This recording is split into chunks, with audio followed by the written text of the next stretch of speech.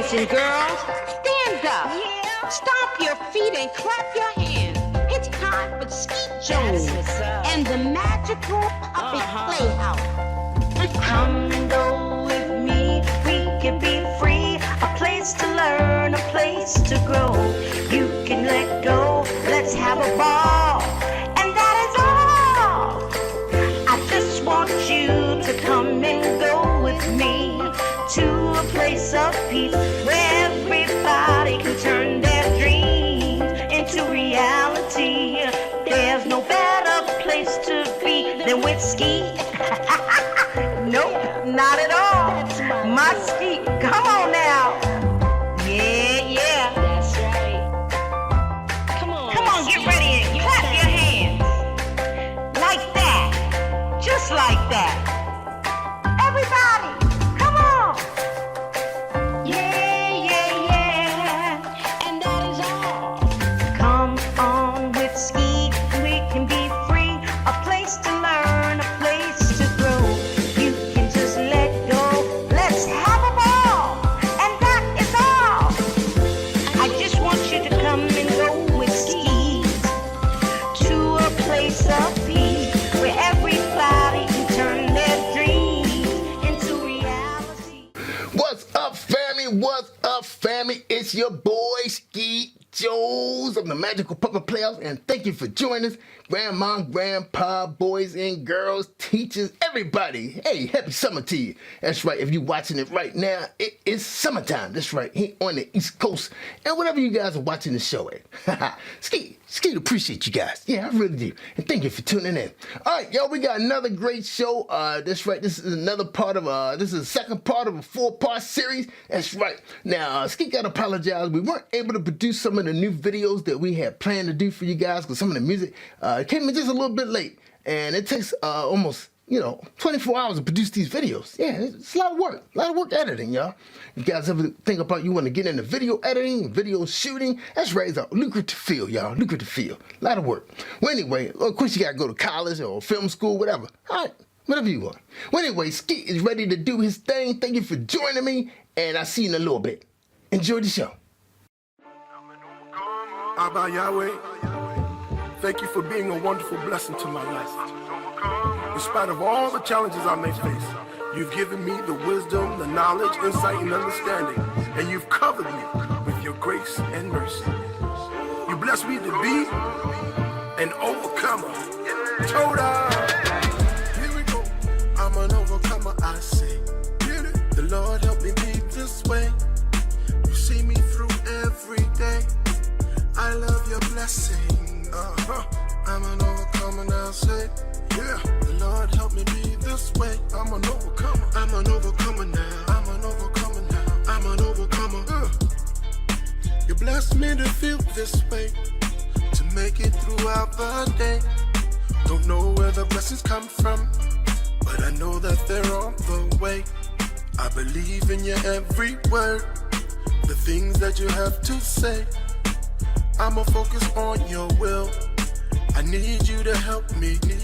In these times when I can't see clear, I'm asking you to make a way.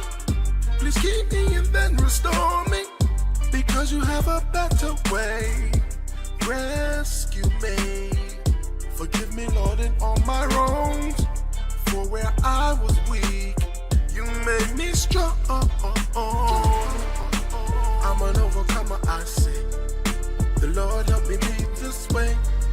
You see me through every day. I love your blessing. I'm an overcomer now, say. Yeah, the Lord help me be this way. I'm an overcomer. I'm an overcomer now. I'm an overcomer now. I'm an overcomer.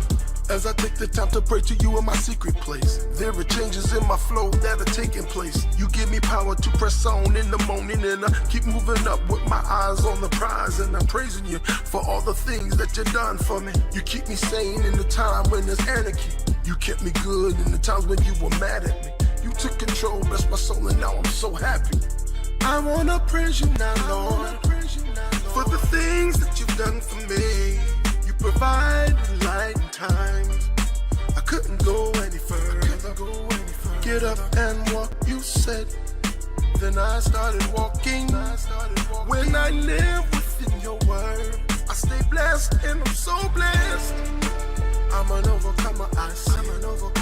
The Lord help me be this way. You see me through every day. I love your blessing. I'm an overcomer now, say. The Lord help me be this way. I'm an overcomer. I'm an overcomer now. I'm an overcomer, I say, because you made me this way. I'm an overcomer, I say, because you made me this way. I'm an overcomer, I say, because you made me this way. I'm an overcomer, I say, because you made me this way. I'm an overcomer, I say, because you made me this way. I'm an overcomer, I say, because you made me this way. I'm an overcomer, I say, because you made me this way. I'm an overcomer, I'm an overcomer.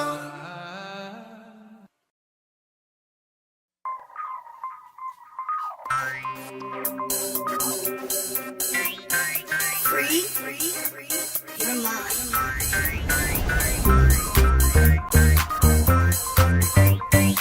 Free your mind.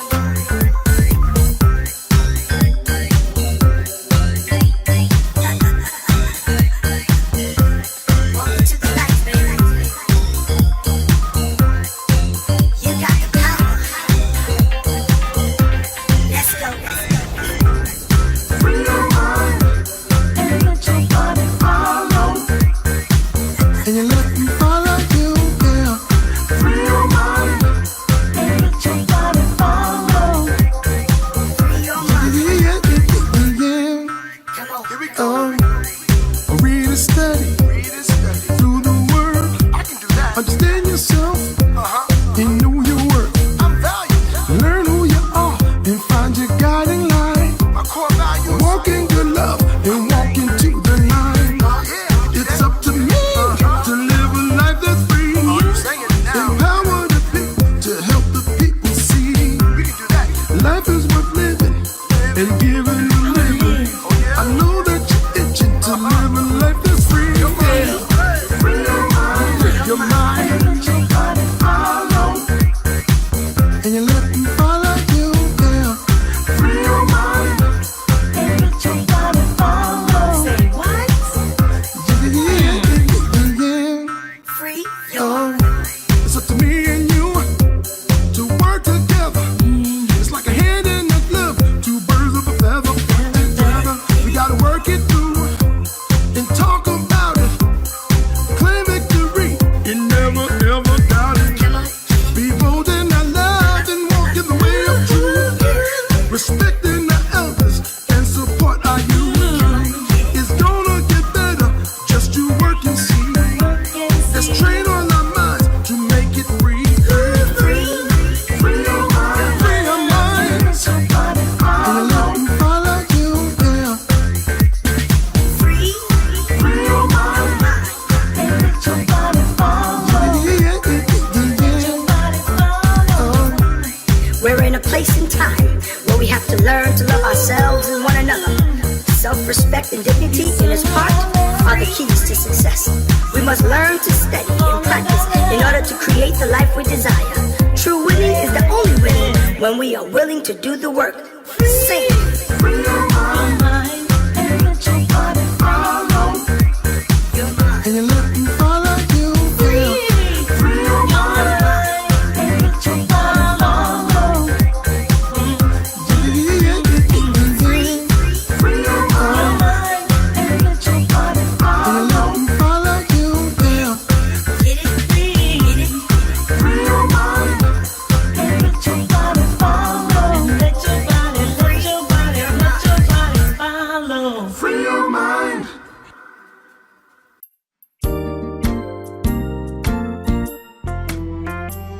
Where two or three come together in my name.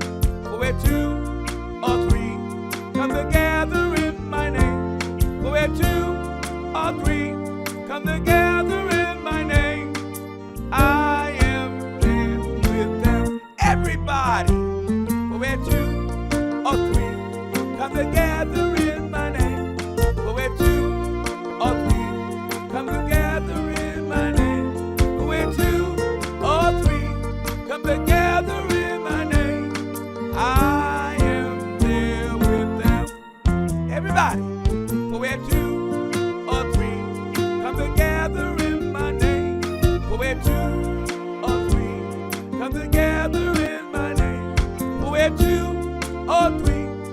come together in my name, I am there with them.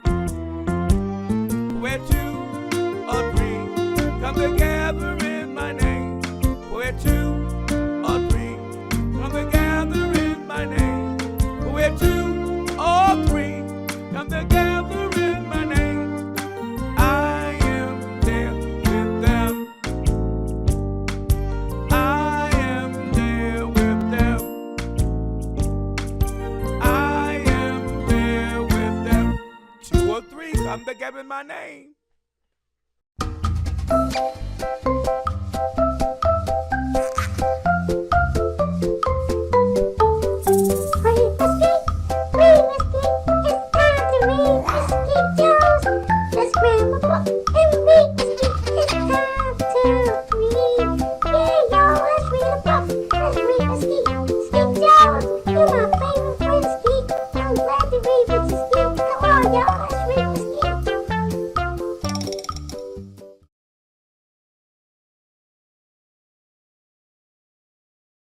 Hello, boys and girls. My name is Lady Wisdom, and I am here to read with Skeet this beautiful, beautiful children's book entitled I Decide by June Saunders Grayson, illustrated by Mac Kahn. So here we go with I Decide.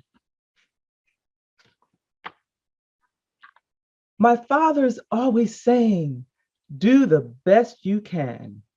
If you feel that you are giving up, pause, then try again. You ever feel that way? My mother's always saying, do what's in your heart.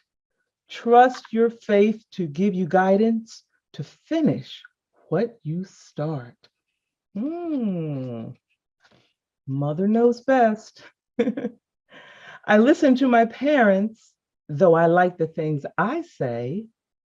My parents always guide me, but it's me who steers my way. For whenever I walk out of my home, I'm responsible for me, including the way I conduct myself for all the world to see. Will I lead or will I follow? Do my friends reflect me well? Am I respectful to my elders? Someone's secrets, do I tell?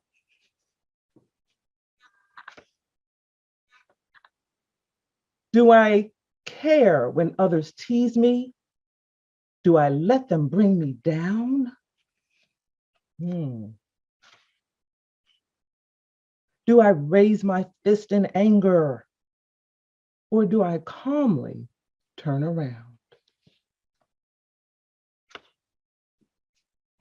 I'm in charge of all my actions, for the mirror doesn't hide. Every morning when I wake up, I can look at it with pride. And that is I Decide by June Saunders Grayson, illustrated by Mac Kahn. And we thank Miss Grayson for allowing us to share I Decide. And I Decide can be found on your favorite retail platforms. So I hope you enjoyed that. I know you enjoyed that. I enjoyed reading it to you. And as you continue to go throughout your day, to school and all of your activities and playing with your friends and your sisters and brothers, remember Miss June Saunders Grayson's I Decide. Until next time, this is Read with Skeet, and I am Lady Wisdom. Have a great rest of your day.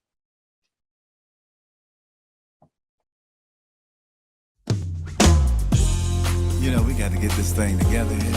I know what you're talking We about. got to let them know that they got to give God the praise. Got to do that All they got to do is get up and get their praise on. right here.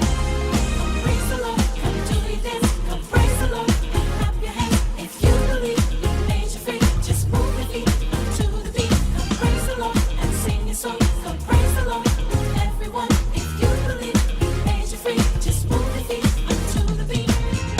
When I think about all you done for me, when I think about your love that made me free, when I think about it, I just wave my hand. Get up off my feet and start to do my dance, oh yeah. Come on. Come on and lift your hands. Come on and get your praise on. If you believe it.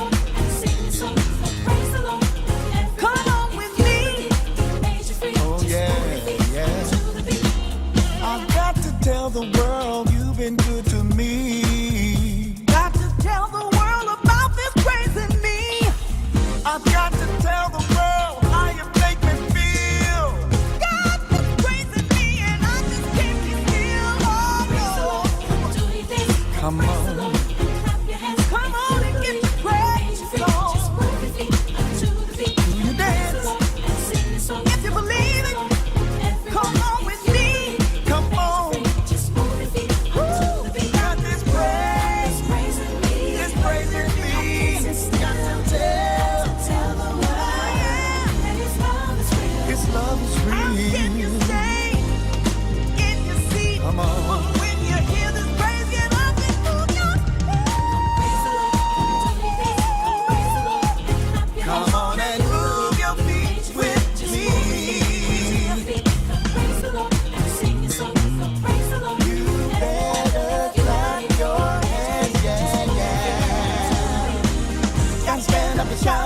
Tell the world all about it.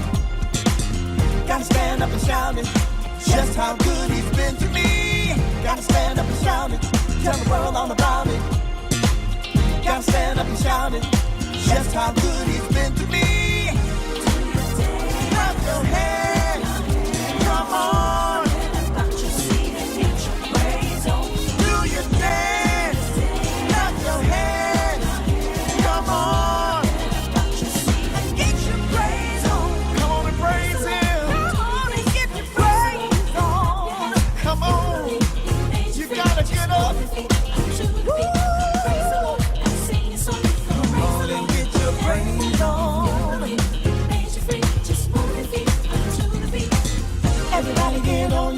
Just shout cause he made you free. Everybody get on your feet. Just shout cause he made you free. Oh yeah. Get on your feet. Let's shout cause he made you free. I wanna dance. I wanna sing. Lift up my hands. I got to shout. Move your feet. I wanna sing. Come on and sing. I wanna sing. Come on and shout. Lift up my hands. Lift up my hands. Oh yeah. Come on y'all. Come on y'all. Hey. Come on. Come on, y'all. Get up.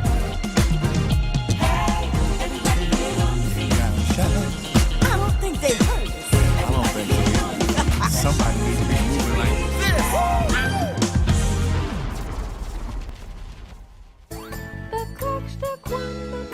Wow, that was a great music video. My producer Jerry Lewis did a great job on Hickory Dickory Dock. Man, I really loved that video. And PJ looked good. Let me see what else is on TV. Oh wow, look. That's my boy Derek Spears from Derek Books. Oh Derek, what you doing on my TV?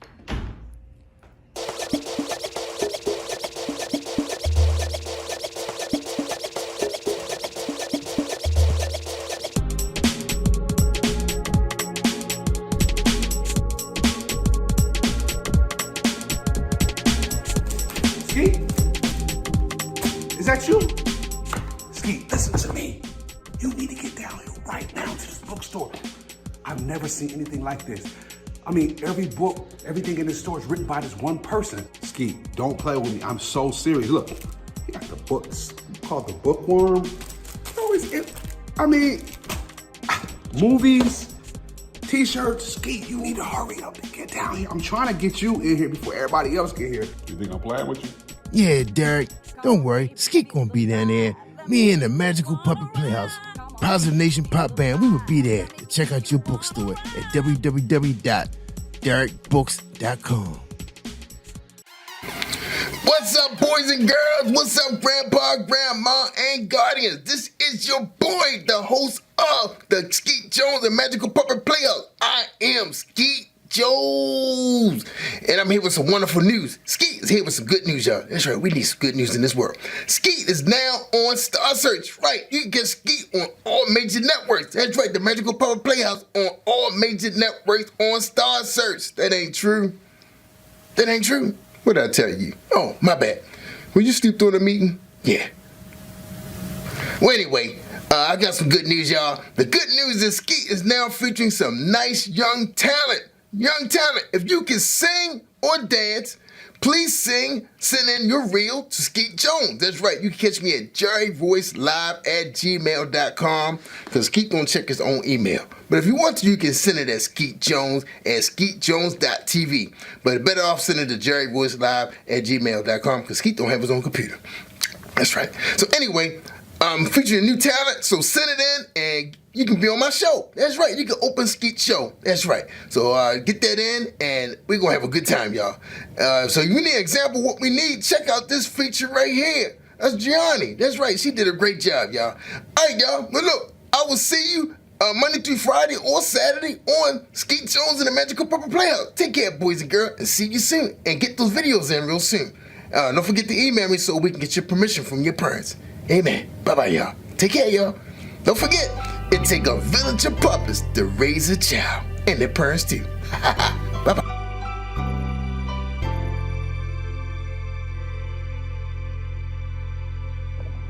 Late at night when all the world is sleeping, I stay up and think of you. And I wish on a star that somewhere you are thinking of me too. 'Cause I'm dreaming of you tonight till tomorrow. I'll be holding you tight, and there's nowhere in the world I'd rather be than here in my room, dreaming about you and me.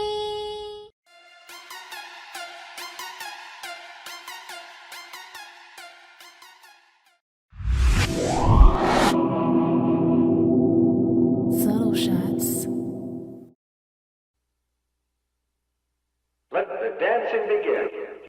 Yo, what's up, God's people? I am yours truly, the turntable minister, DJ Matt Cummins. Get ready to collaborate with my brother, God's warrior. So right now, I'm asking all of you to report to the dance floor and do your holy dance. So let's drop the beat and make it go down low. On your mark, get set, y'all ready, let's go! I don't do this for money or rap to be cool, but to glorify the Most High with this infallible truth. And I will represent him until he comes back on earth. I represent him like a man of Geo in concert. Not trying to make fans, but disciples and converts. Reaching the people who are lost, unsaved, and unchurched. Everywhere, from the birds to the hood, lifting up the name of Jesus, letting them know that it's good. So hit the floor, do your dance, yeah, you got another chance. Don't try to figure out my praise, cause you wouldn't understand. I owe the debt, but Jesus paid it. So I'ma hit the floor and dance for him like David. Y'all don't understand, God had a plan. No, I didn't deserve it, but I got a second chance. I'ma do my dance, I'ma do my dance. How you do that on the dance? How you do that on the dance? When the praises go up, the blessings come down. When that beat drop, bro, you know it's going down. I'ma do my dance, I'ma do my dance. How you do that on the dance? How you do that on the dance? My boy DJ Mac in the mix, he got the salt what was bumping. We on the move for Christ with no plans of stopping. Like Usain Bolt, this race I am running. We reppin' the rock and I don't mean Dwayne Johnson. Coming hard with the whole truck. Disrespect, that's the wrong move. He's the way, truth, and the life.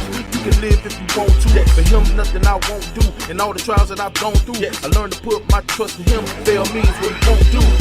God, let your spirit hit this place till I fall on my face. By your word I am changed. There's no pain you can take, there's no chain you can break. No claim you was break, you never made a mistake. So we worshiping you, we marching on the field for you like a HBCU.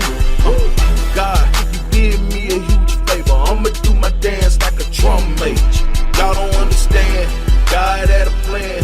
No, I didn't deserve it, but I got a second chance. I'ma do my dance, I'ma do my dance. How you do that on the dance? How you do that on the dance? When the praises go up, the blessings come down. When that beat drop, bro, you know it's going down. I'ma do my dance, I'ma do my dance. How you do that on the dance? How you do that on the dance? Dancing.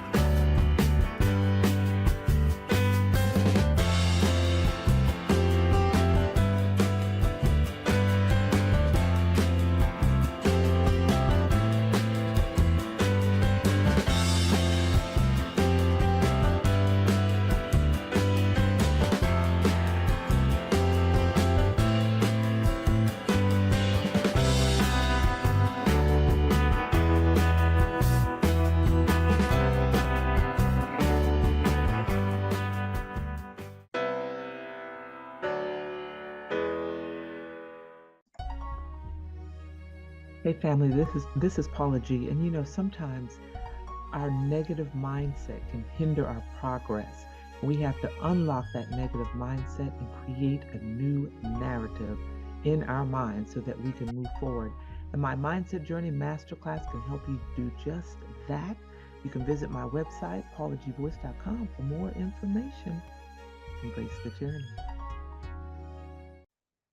Greetings and welcome to my journey with Paula G, where we are juggling this journey called life while we're walking in the gifts and the talents that God has given us. Thank you so much for joining us. I am your host, Paula G, and I so appreciate you being with us. If this is your first time on the journey, welcome. Thank you so much for choosing us. We appreciate you being here. And if you are a returning listener or a viewer, excuse me, y'all.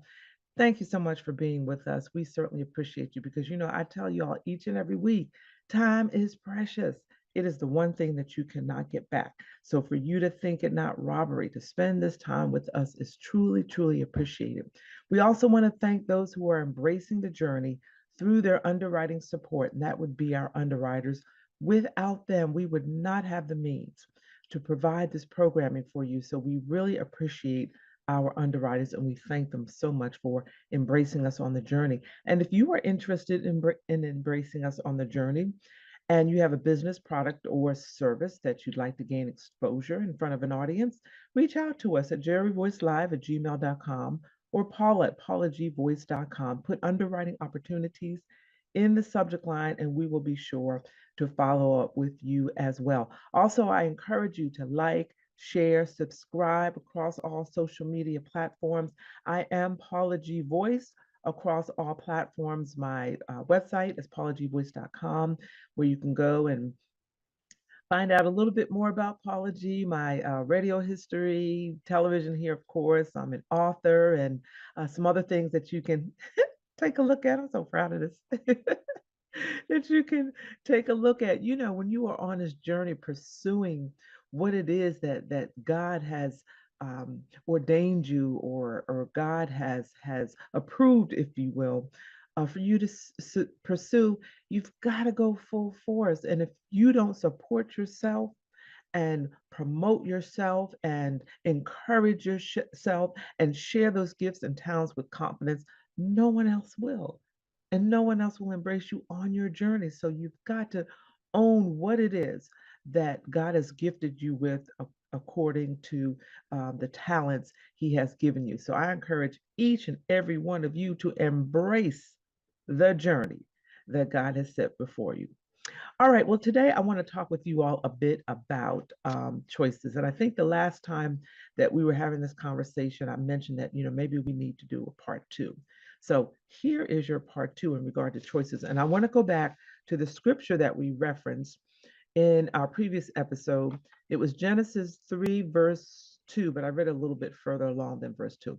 The woman said to the serpent, "We may eat from the trees in the garden, but God did say," let me do that again. The woman said to the serpent, "We may eat from the trees in the garden, but God did say, you must not eat from the tree that is in the middle of the garden, and you must not touch it, or you will die." "You will not certainly die," the serpent said to the woman. "For God knows that when you eat from it, your eyes will be opened, and you will be like God, knowing good and evil." When the woman saw that the fruit of the tree was good for food and pleasing to the eye, and also desirable for gaining wisdom, she took some and ate it. And she also gave some to her husband who was with her, and he ate it. Then the eyes of both of them were opened, and they realized they were naked. So they sewed fig leaves together and made coverage for themselves. Then the man and his wife heard the sound of the Lord God as he was walking in the garden in the cool of the day, and they hid from the Lord God among the trees of the garden. But the Lord God called to the man, "Where are you?" He answered, "I heard you in the garden, and I was afraid because I was naked, so I hid." And he said, "Well, who told you that you were naked? Have you eaten from the tree that I commanded you not to eat from?" The man said, "Well, the woman you put here with me, she gave me some fruit from the tree, and I ate it." Now, that whole, "well, she gave it to me and I ate it" thing, that might be a conversation for another day, because he's just throwing his woman under the bus. Anyway, That is not our focus today. We're going to stay focused on choices. So we can see here in this scripture that because of the choices that Eve and Adam made, there were consequences to those choices. And in the previous episode, I mentioned to you all that when I was counseling students and in the education system, and I would have students that would be brought or sent or come to my office because of something either they had done or it was suspected they were about to do. And I used to tell my students all the time, when you make a choice, when you make a decision, you automatically inherit the consequence of that choice or the decision, be it a positive consequence or a negative consequence. So let's say, for example, I would have a student that had a history of skipping class. So I would call them down, and maybe it was a day where, the teacher was just fed up with them skipping, and I would call them down and say, look, I can't babysit you in the classroom. I would prefer that you made the choice to stay in class and get education, get some knowledge. But if you choose otherwise, it is your choice. But know that you will inherit the consequence of that choice, whether it's a positive one, a negative one, whether you are presently aware of what it will be now or not.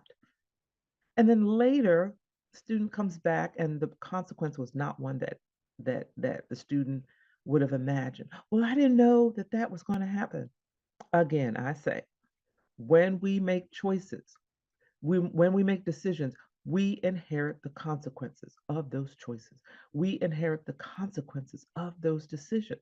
So we have to be very thoughtful about the choices that we make in our lives. The choices that Eve and Adam made changed the trajectory of mankind.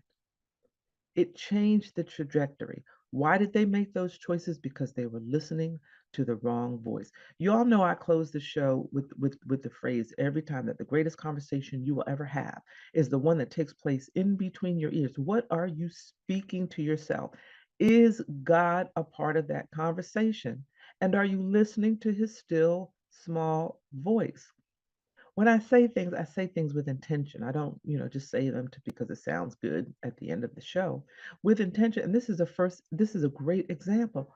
Was Eve listening to God's still small voice in that moment? She was listening to the serpent. And what the serpent was saying sounded good.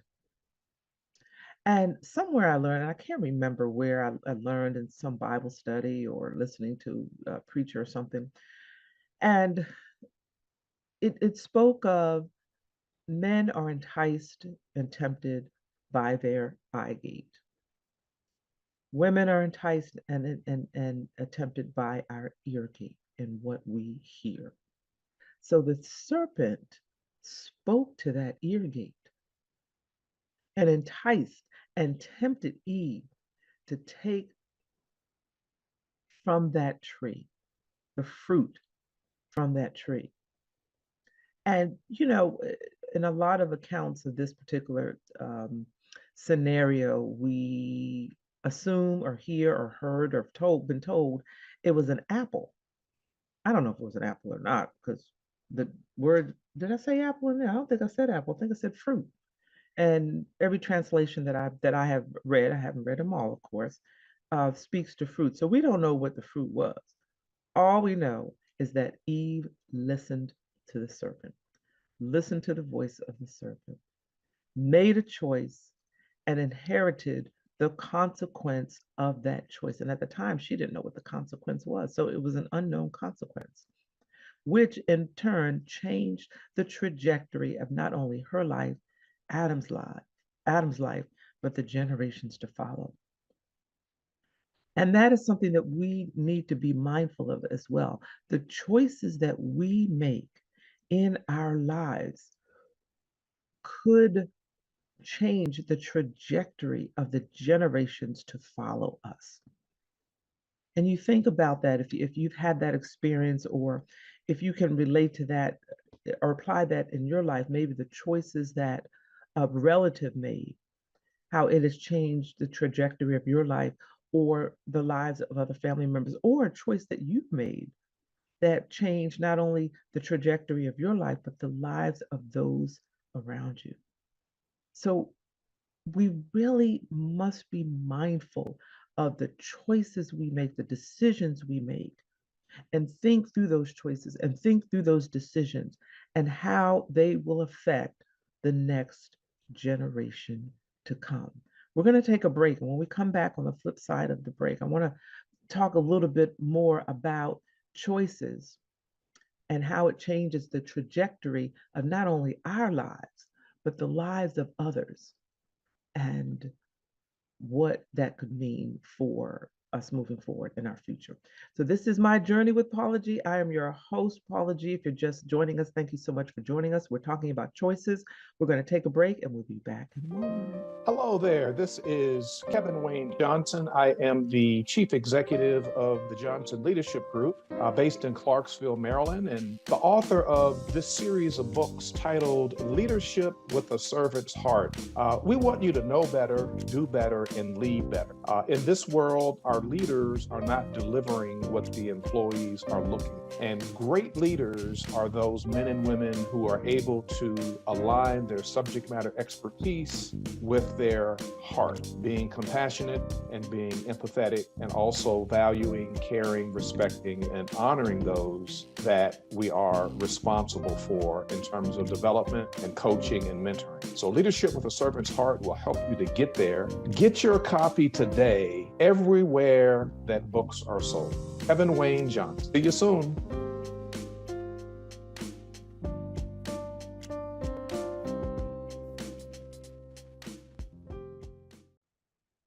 Welcome back to My Journey with Paula G. I am your host, Paula G. And I'm so glad that you all have joined us. And I want to give another shout out to our underwriters for their underwriting support and helping us to have the means to be able to bring you this programming, as well as a shout out to our producer, Jerry Voice Live Worldwide. Positive Power 21, the Weekend Channel. Make sure you check out our episodes on the Weekend Channel. Okay, so before the break, we were talking about choices, and we were referring to the scripture, Genesis 3, well, I said 2, but I read a few more voices, and the scenario where the serpent tempted Eve to take from the forbidden fruit, the forbidden tree. She made the choice to eat the fruit from the tree, and the consequences, of course, were devastating, not only for her and Adam, but for the generations to follow. And we were talking a bit about choices and how the choices that we make, we inherit the consequences, positive, negative, known or unknown choices, and how they can affect the rest of our lives, not always, but they can affect the rest of our lives and affect the lives of those that are near and dear to us. They can change the trajectory of not only our future, but the future of our family, future of our family members. And there were years ago, I worked for years with young people, and I still mentor some today, although they're now adults. They were teenagers when I first started mentoring them, and now they are adults. Some of them are married with their own children. So, it's so interesting. I started out with them, in high school. They were 13, 14 years old, and, making sure they go to class and they do their homework and their grades, and, helping them with their academic issues, their social, emotional issues. And now I'm getting invited to weddings and baptisms and baby showers, and they're now adults, and it's so surreal, but it is so rewarding, to still have a lot of these students in my life. But I digress. I want to share with you a story in regard to a student that I had some years ago. And I was working in an at-risk program, and this was one of my students in the at-risk program. Smart, bright young man, had a future if he had stayed on the right path, because this particular at-risk program, those students were there who had dropped out of high school and were back pursuing their education. Very smart, very smart, very smart. But he was involved in some gang activity. And we would have conversations in the class. I would have conversations with the entire class, and a lot of times I'd have conversations with individuals. And I always had this conversation about the choices that you make. You inherit the consequences, positive or negative, known or unknown. I would say that to them all the time, and it would be, oh, Miss Ferguson, you tripping. It's all right. I'm cool. I'm cool. There ain't nothing gonna happen to me. It's all good. I'm Superman. I'm invincible. And sometimes I would just say, I know you feel that way, but again, the choices that we make, we inherit the consequences of those choices, be they positive consequences or negative, known or unknown. Be careful who you keep company with. Be careful who you hang out with. This, it could change the rest of your life. And day after day, when he would come to class, I would encourage him, as well as the other students, to stay focused on what you're here for, to get your education. Your education can open the doors for so many experiences in life that you may not otherwise have the opportunity to engage in or have. So you got to stay focused, and you got to stay focused on your education. And he was doing well, math, his science, all of the classes, math, science, social studies, all of them. He would do well when he would come to class. Sometimes he wouldn't come to class. I wouldn't see him, for a week or two. And then he would come to class. But then when he would come to class, he would just catch up so quickly. And that's how smart this young man was. And there was a period of time where he was coming to class. Sometimes he'd come late. And then I didn't see him for maybe 2 weeks or so. Called, no response from the parent or him. And then finally, after a couple of weeks, got a phone call from mom, informing us that he had been shot and that he was in the hospital, had been in the hospital those 2 weeks fighting for his life. Y'all, I'm gonna tell you, when I heard that, my heart I almost couldn't breathe. Because in all the years of working with young people, I often took it home with me. I often took them home in heart and spirit, because they almost became like my children. Even though I was their counselor or the instructor, a lot of times they would call me Mama Ferg. I had all kinds of nicknames for me, but Mama Ferg. So I almost felt like I was an extension of a parent for them. So she said that's why I hadn't called, because I've been by his side. He's been in ICU, and he's fighting for his life. We don't know if he's going to make it. And we just started from then on. We just started praying and praying and praying and praying, because everyone in that office were firm believers in our Lord and Savior Jesus Christ, and were firm believers in prayer. And we prayed every day. And I went, I shared it with the rest of the class, and you could hear a pin drop. And I said to them, not in a chastising way. Actually, I think I wrote it on the board that day. I just wrote it on the board, because I would have a journal question at the beginning of class. So I just wrote that on the board, and I just asked them just to write.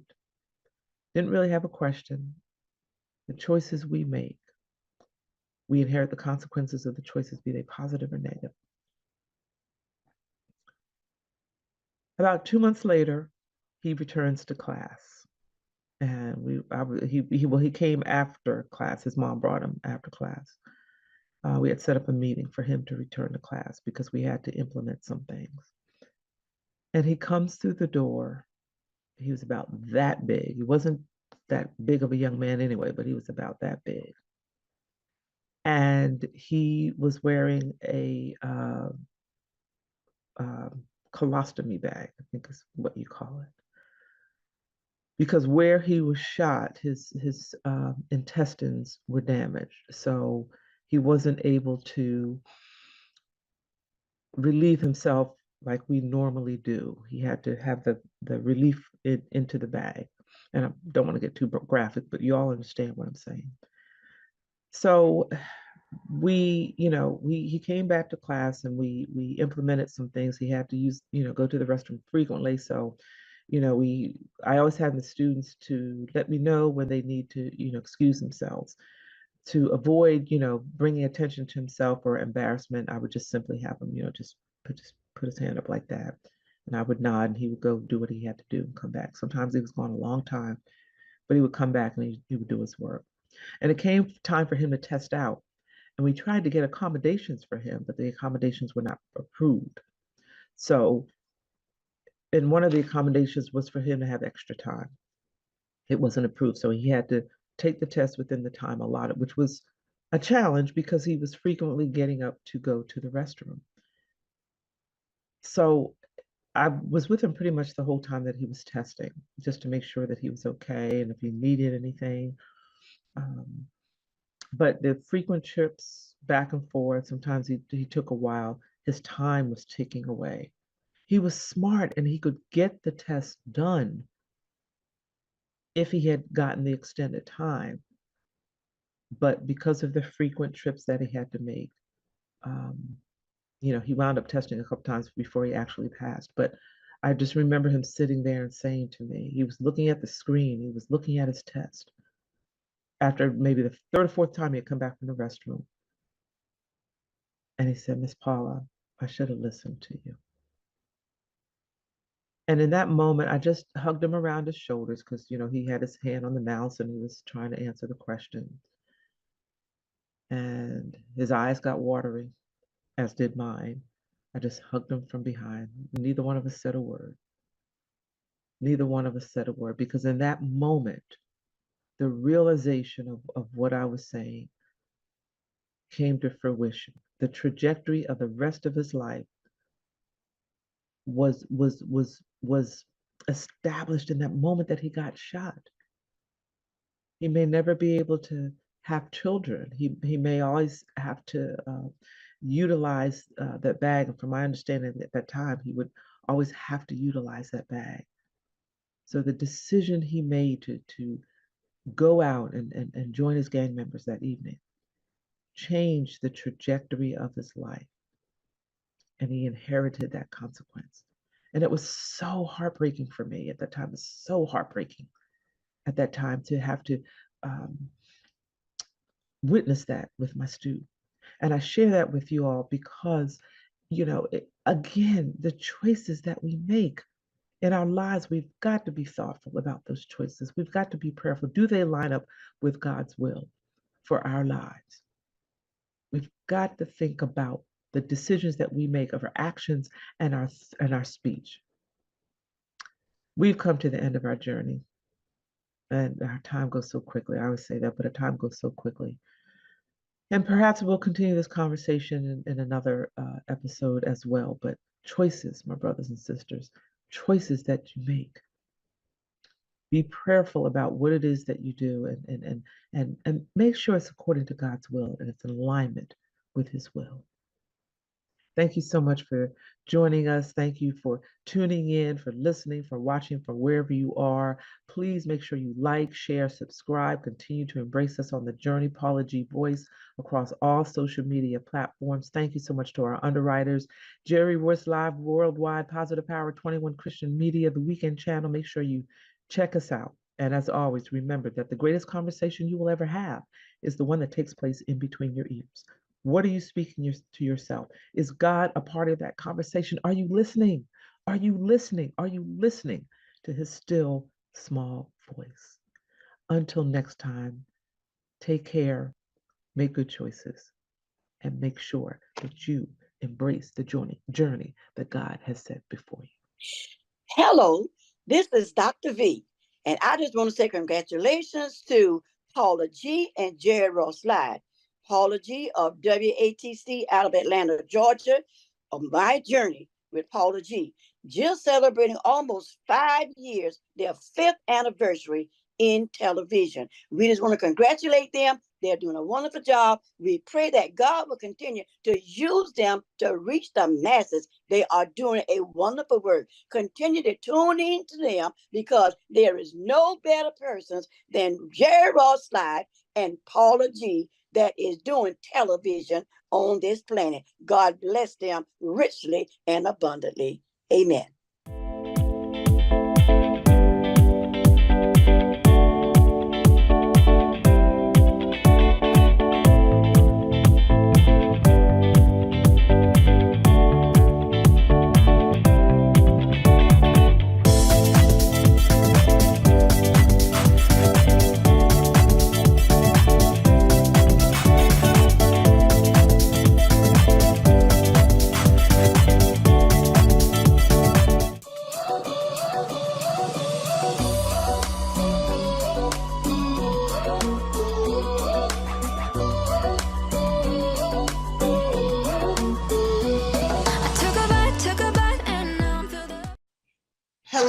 Hello, hello. I am Coach Crystal Henry. I'm a success coach who is made to lead millions. I'm a 5-time Amazon best-selling author, an anthologist, and a speaker, media host featured on over 14 magazines, billboards, and media sites.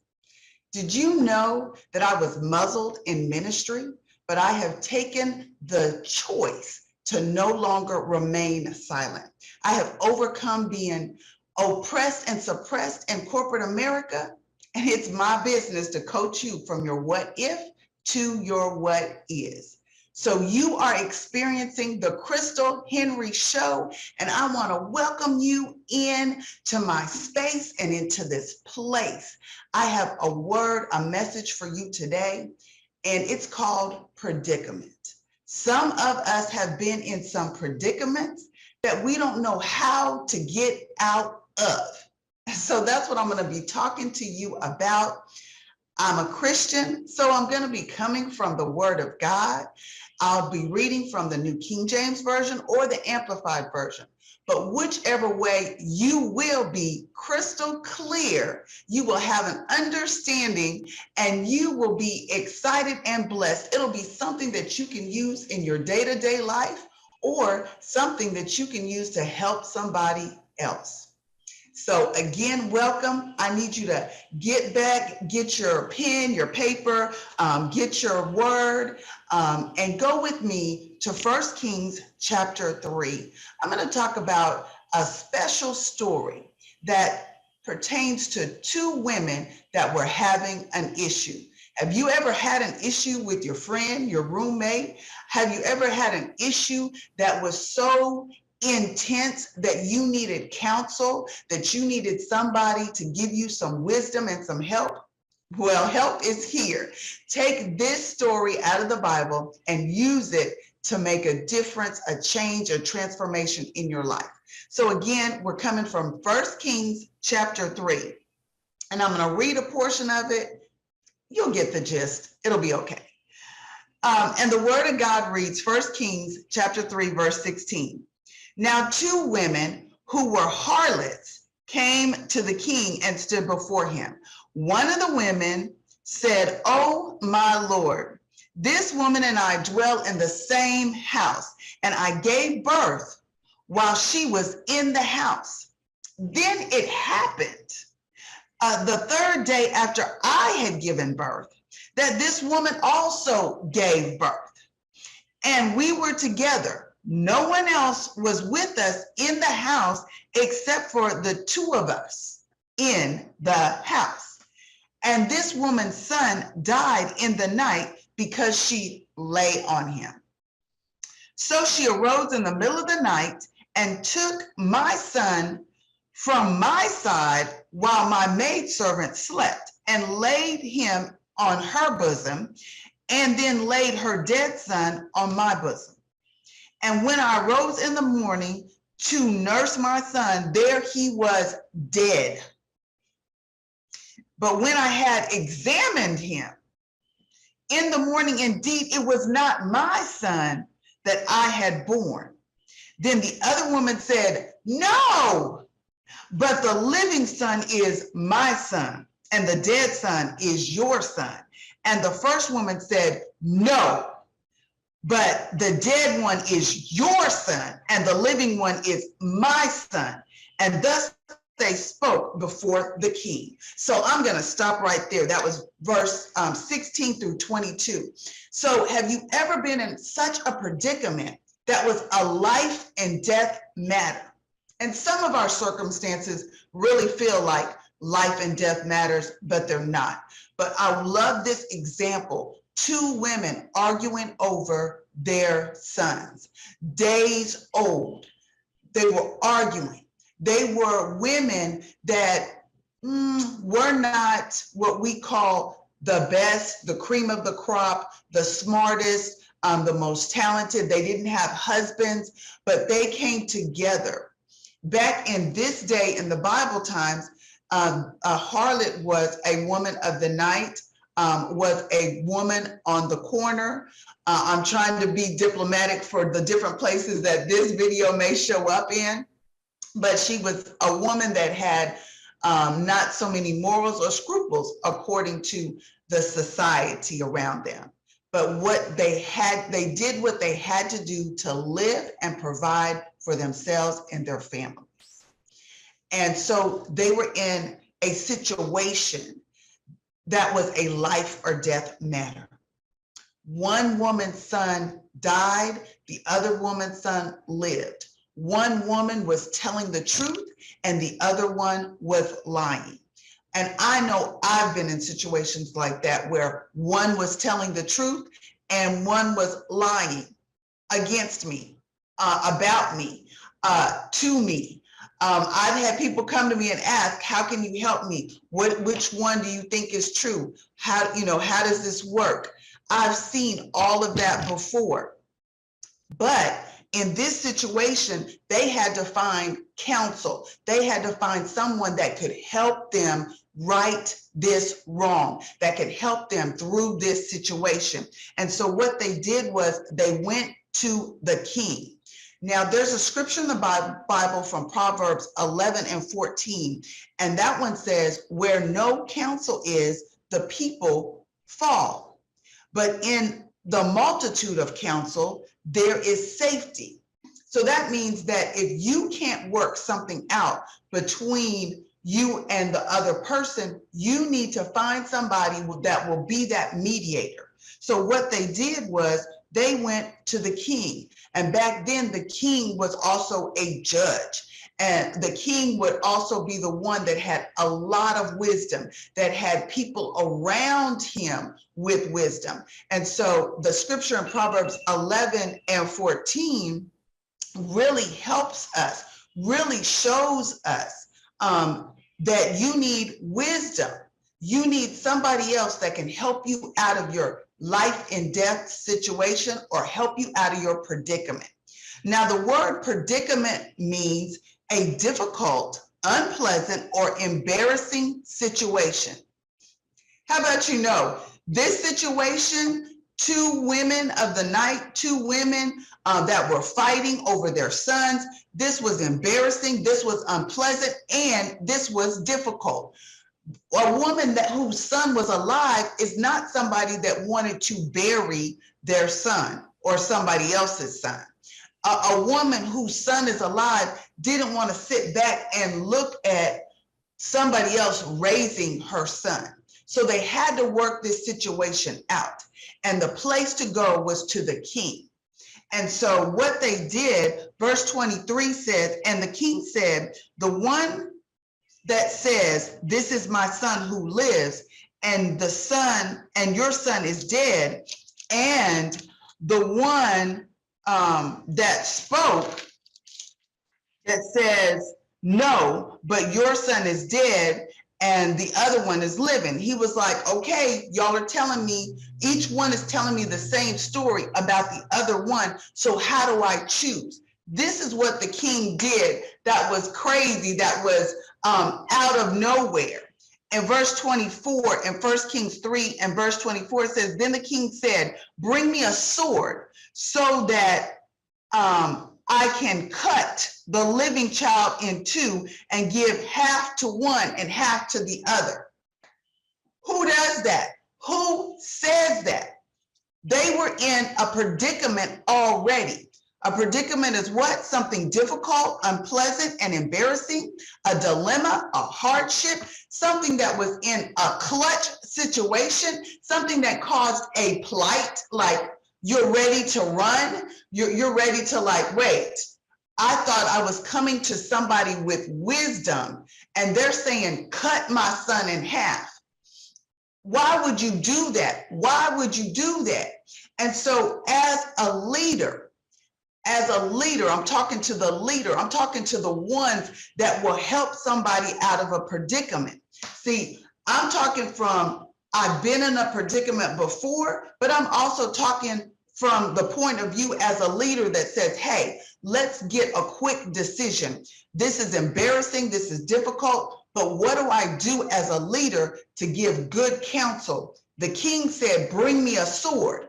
The king said, get that sword, cut the baby in half and give half to one and half to the other. That's going to solve this situation. But let's take a deeper look at that. So the king took a drastic measure against a predicament, something that's embarrassing, something that's hard, something that's difficult. And he took a drastic measure. That was something radical, extreme, strong measure to bring about a clear answer. How is he going to get a clear answer from cutting a baby in half? Don't go away. Don't change the channel. Don't turn from here. Lean in and write this down. As a leader, you got to come to a conclusion.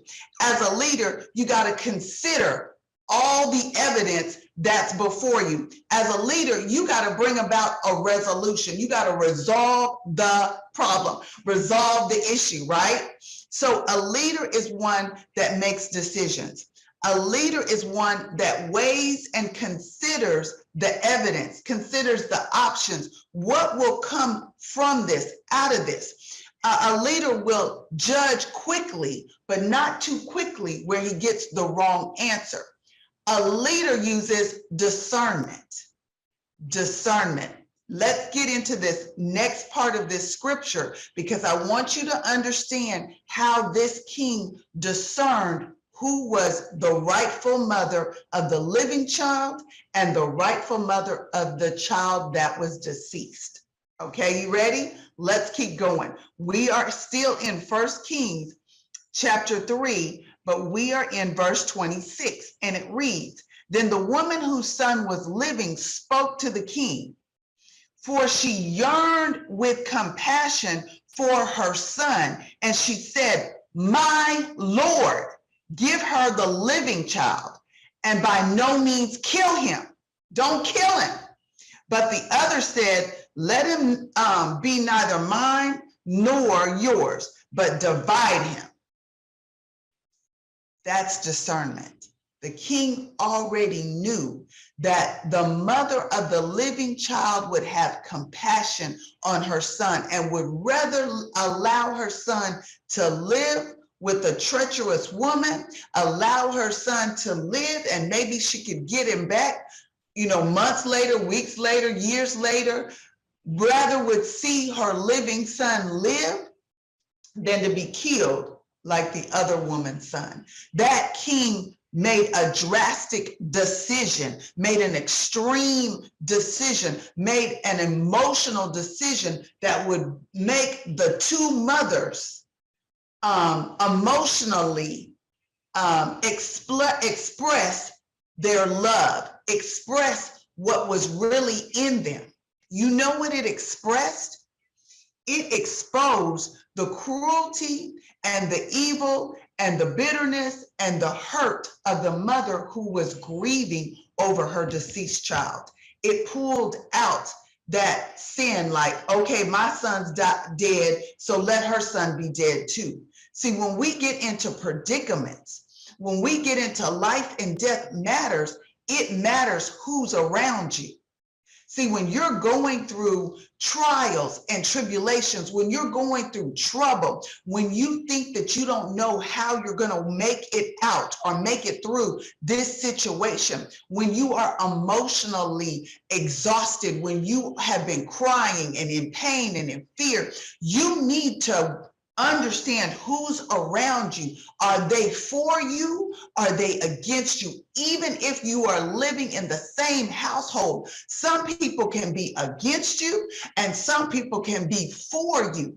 So when you are in a predicament, I need you as a person in the midst of trouble, in the midst of a situation, in the midst of a trial, I need you to look around and see, are they for me?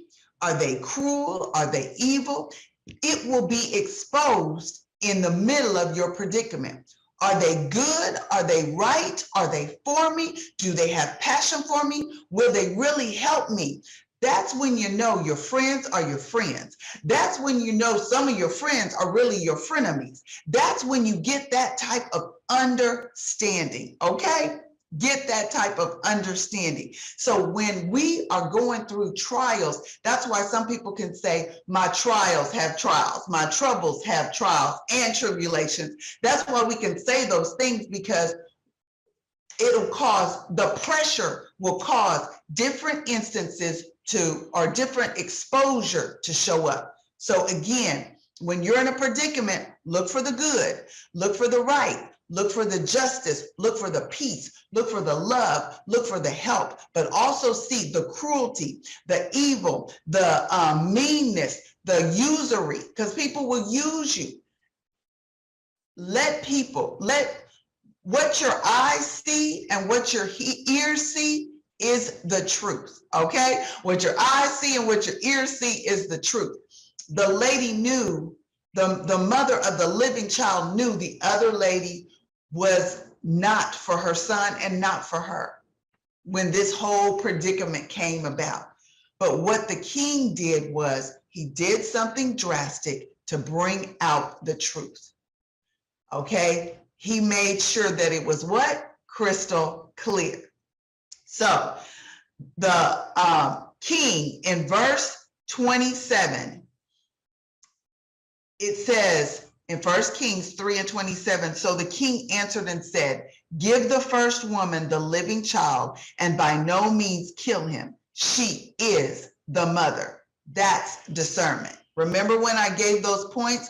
A leader makes decisions. A leader will use drastic measures to bring about a clear understanding or a quick decision. The leader uses discernment to get that decision or to get the right decision or the right judgment.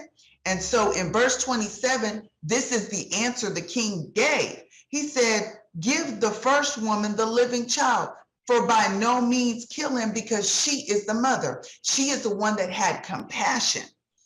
She is the one that he could hear the passion. He could see the passion. It was heartfelt. He could see the love that she had for the child. But the woman of the deceased child, she was already bitter. She was already angry. She was already grieving. She was mad. She didn't want anyone else's child, anyone else to have peace, love, joy, okay? And so as a leader, we've got to understand that when we are helping people with their predicaments. And then as someone that's in that situation, you've got to know that if you go to the right counsel, if you go to a leader that is wise, that has wisdom all around, you will get hopefully the right answer. So I hope this story in the Bible, this history, I like to call it, in 1 Kings 3, verse 16 through 27, I hope that touched your heart. I hope that got into your mind and your spirit, and I hope that will help you. See, I'm Coach Crystal. I'm a success coach. I use visibility to help people be encouraged, to help people become successful. And I coach people from their what ifs to their what is. These particular women had a what if. The woman lost her son. What if I stole that other woman's baby and got the judge to say it was okay? There was a woman of the living child. She said, I've got to take my living child to the judge so that I can hopefully get him back. There was that predicament, something that was difficult, unpleasant, and embarrassing. But the mother of the living child got to keep her baby. I hope your situation works out. I hope your predicament gets better. And I hope this message encouraged you. What I need you to do is get connected with me. Again, my name is Coach Crystal Henry. I need you to go to my website, crystalhenry.net. crystalhenry.net. And so I hope that you enjoyed this particular chapter, this particular message on the Crystal Henry Show. And I hope you come back and see me. There's another great show just around the corner. So have a great day. Again, crystalhenry.net, and thanks for viewing the Crystal Henry Show.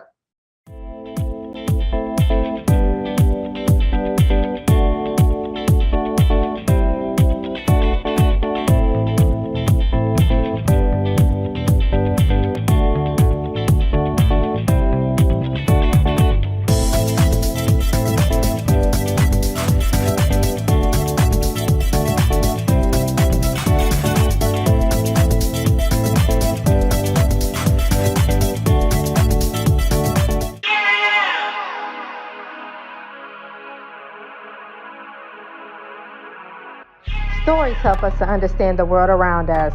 They allow us to laugh, they allow us to cry, they give us the ability to feel and provide us with an outlet to heal. Join me as I get to know some of the amazing people behind the stories that we read in order to truly discover the story that has been hidden within each of us. My name is Bree Smith, and this is the Author Push Talk Show.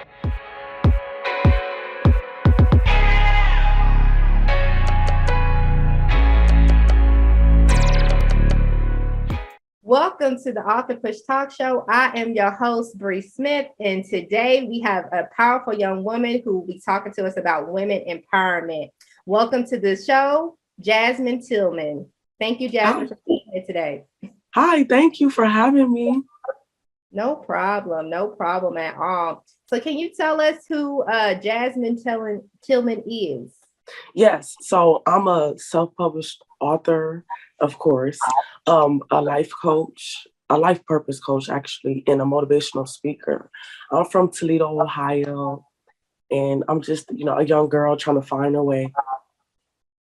Amen. I know today we're talking about your devotional journal, Get a Grip, Will Ya? And I had the pleasure of just reading a little bit of it. I haven't finished it yet, but from what I read, it was incredibly powerful in Women Empowerment Journal. So can you tell us just a little bit more about your journal, your devotional journal you wrote for women? Yeah, so when I wrote my journal, this was a dedication to ladies because when I first was looking for what I wanted to be in life coaching field, before I even figure out what the name, I wanted to be a life coach. I just knew counselor or someone that wanted to help people. And I was going to start off with women, but I really like, helping everyone. So I dedicated this journal to women and women finding their way, and also just looking at it through my eyes, seeing the things that I've went through and overcame as being a young woman that I am. And I wanted to apply that to others' lives so they can also see that we can get over, we can do this, we can push mountains if we allowed ourselves to. And this is the one thing that I wanted to really stretch in my journal. Amen. So like dive a little bit into like the different type of things you talked about. I know you had talked about your father and him being in jail. You also had talked about in the book even struggling with some identity issues, like wanting to fit in and trying to please other people, even relationships. Can you dive a little bit into those? Yes. Yes. So with my father, my father figure was my grandfather. He passed 2/22/13. That's how I remember it straight off. But February 22nd, 2013. And this was a struggle with me because also had my brother figure, which was my cousin. So it was just it was a struggle because when they, because my cousin, he went to prison at a young age and my grandfather passed. So, my father was in and out of the justice system for a long time. And, because he had us when we were children, but it was hazy, I was a child. So growing up in teenage years, he wasn't around, I believe he was probably going through an identity thing himself, and he wasn't around, and it really took a toll on me. So it caused me to go out and look for that love that I didn't receive from him, and that same love that I had from my grandfather before he went, past with God, and my cousin, So it's like I was lost, for a very long time. And it's like I erased my entire past life. I didn't want to talk about it, I didn't want to think about it. But this was another thing that was stopping me from reaching my true potential because I was trying to avoid these things instead of indulging in them and getting over them and owning them, because we're all human. And these are things that I really learned, coming up and growing up and paying attention to my elders, paying attention to them and understanding that the reasons why they have these traumas and they pass them down on us, the other generation. So that's my main goal, is trying to wipe the next generation of children and teens and, even adults, from the past generation, to really see that we can do this and we can be positive. It's all up to us. So that's one of the huge things, I struggled with for a long time was with my ex. They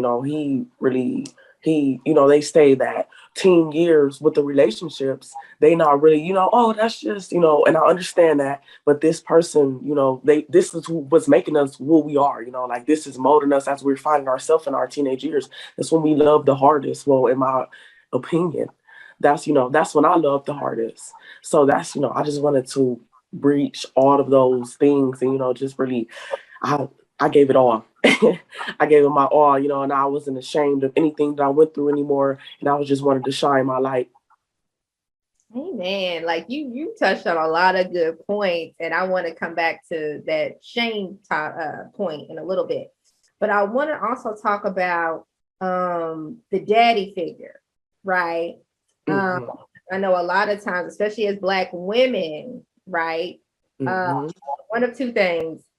You are blessed if you have a father and he's a great father that's in the home. Yes. But then there's also too, like if you grew up in like impoverished situations, we call it the hood, Your father could have been, in and out of jail, or your father could have been, running the streets, or your father could have been, abusive. And for me, I know growing up, my father, even though he was present, but he was abusive. You know what I mean? Because he suffered from alcoholism and things like that. And so I know that really played a lot into my identity, because I remember it was like one time my dad had really literally told me he had wished he flushed me down the toilet. And that kind of stuck with me as a child. You know what I mean? Because I'm like, wow, if your own father don't love you, who else is going to love you? And so I'm sitting there trying to run out and find love everywhere, from friends, from relationships, didn't even care with who, right? I didn't care. Exactly. I wanted to be loved, right? I wanted to be so much. And so I commend you for even talking about that, because I think a lot of times we want our fathers, right? Yes, exactly.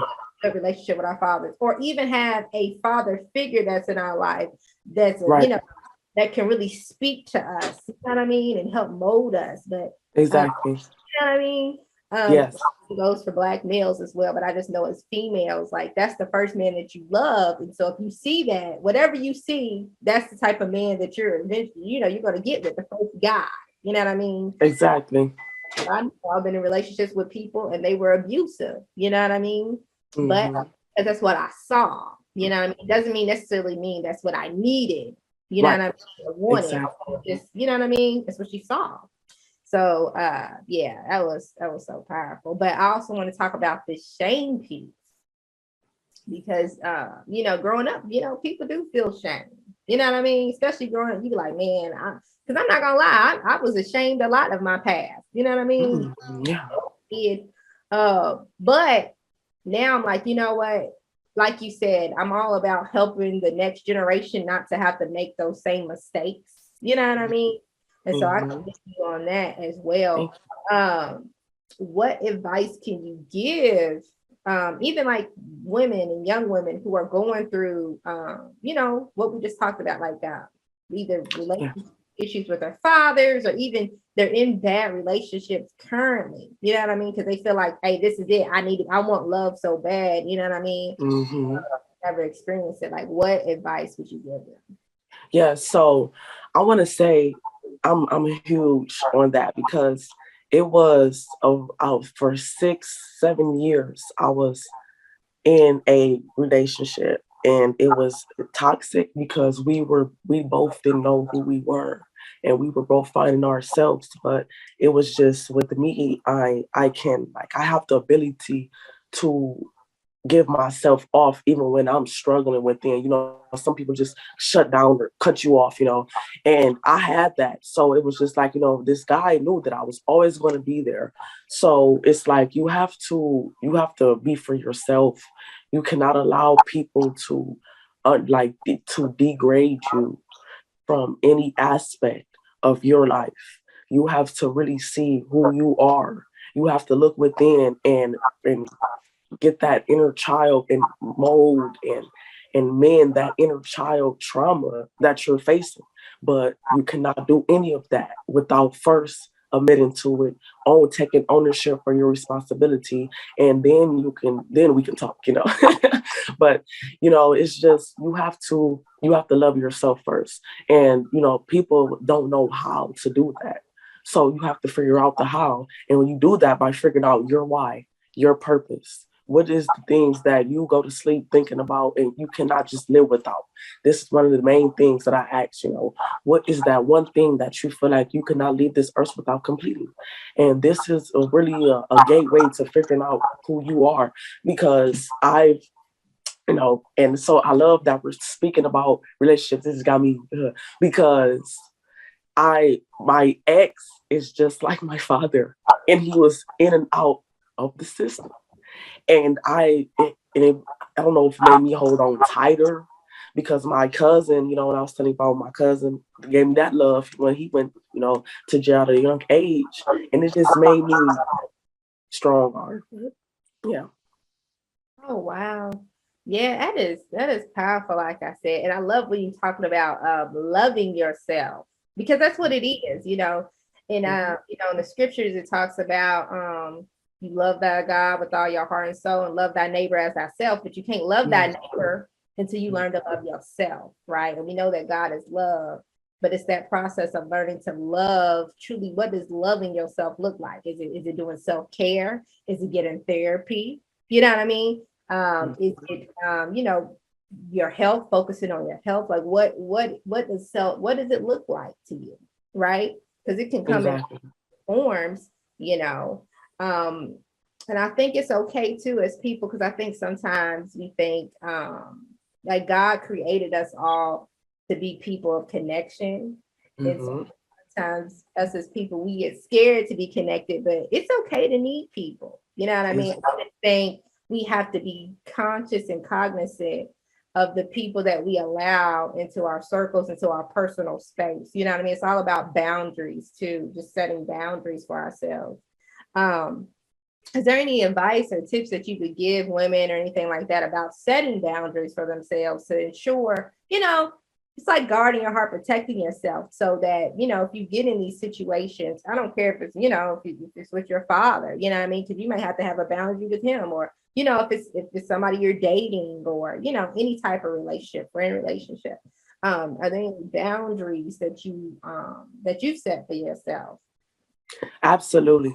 And this is huge, because yesterday it was my cousin's birthday, and I went over, to the house. They haven't seen me in months, because first things is first. I'm protecting my energy. I was not the person that wanted to, kick it anymore, and, just get loose and things like that. I was really, it was time to start getting on my business, and really, like I said, finding who I am, mending that inner child. So the thing that I did was I cut the people off that I found that didn't need to get any, any more of my energy. And, people say, oh, you want to be all alone, you isolate yourself. No, right now I'm discovering myself and who I am, who I want to be, who I need to be, and who I can help others continue to thrive in their true potential and succeed in their goals. And after that, once that I get in that room surrounded by a bunch of like-minded individuals, I'm going to be holy. I'm not going to feel less confident in myself. And I want to know, what did you do to get here? How can I get this successful? And we could uplift each other. Yes, I love that. I love that. You just said a whole word. I love it. I love it. No, for real, because, like I said, you can have boundaries, or like I said, you can cut people completely out of your life, and it is okay, right? Yes. I think a lot of times, sometimes we get scared because you're like, oh man, that's my homie. We've been down for, since, we was kids, or man, that's my family. You know what I mean? Like, how do you just cut off family? But if they're dragging you down, why have them in your life? You know what I mean? You don't want, like, God gave you one life. You can't redo it. You know what I mean? Mm-hmm. You got to protect yourself at all costs. You know what I mean? And so, yeah, I commend you for that. I truly do. I truly, truly do. Thank you. And then too, I love how you talked about being in new environments. You know what I mean? Because a lot of times too, that's our problem. I think we get so scared to take a risk. You know, and life's about risk. Like you got to be willing to go out there and discover new things about yourself. You can't keep doing the same old and thinking that you're gonna get a different result, because it's not gonna happen. You gotta constantly growing, you gotta constantly be evolving. And so I find that to be very powerful. So thank you for that. You're welcome. So how did you accept your father back into your life after you got used to your grandfather being there for you? Oh, yes. So it was like, it's like I'm just a, oh, come here, type of person. Like okay, you did this and you're human. We can get over that.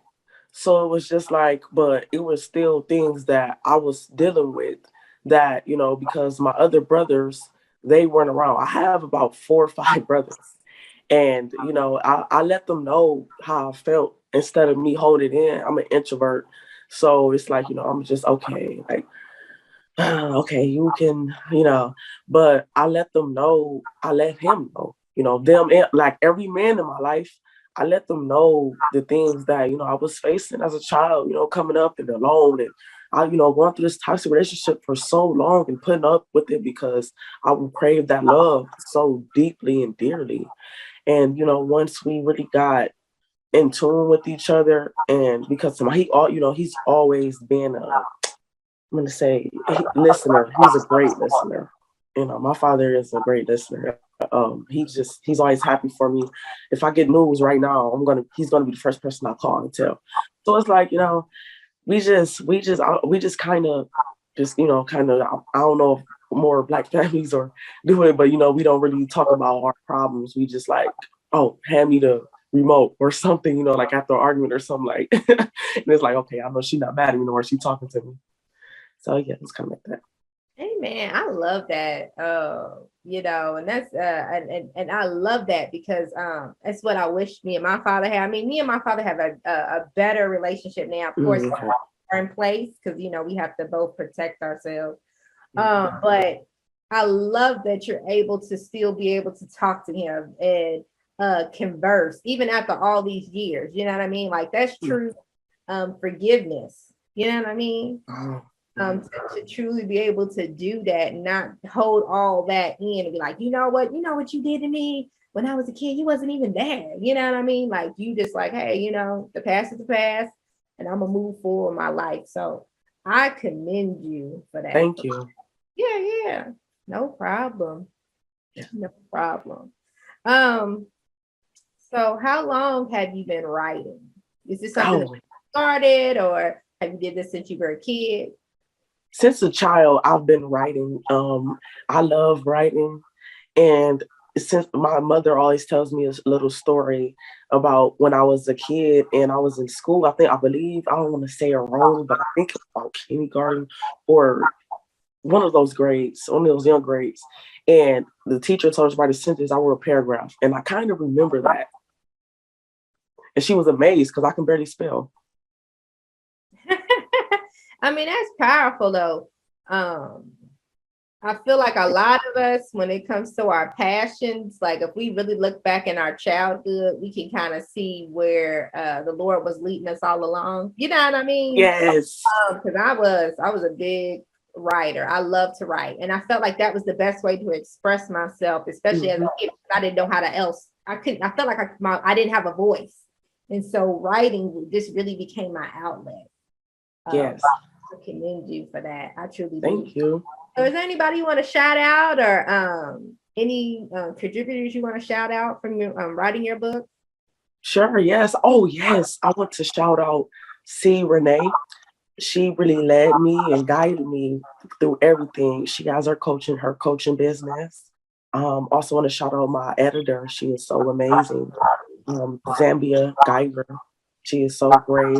And, and I want to shout out my fans and my community for supporting me like no other. And I love it.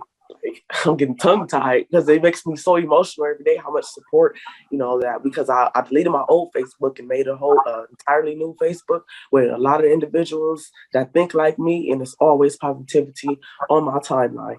And that's one thing that I really love. So thank you. Amen. Thank you so much, Jasmine, for coming on the show today. I would love for you to come back in the future and talk about your other works that you're creating. Absolutely. And thank you so much. And as always, guys, thank you for watching the Market Push Talk Show. Pleasure. My name is Brooke Smith. Until next time, I'll see you later.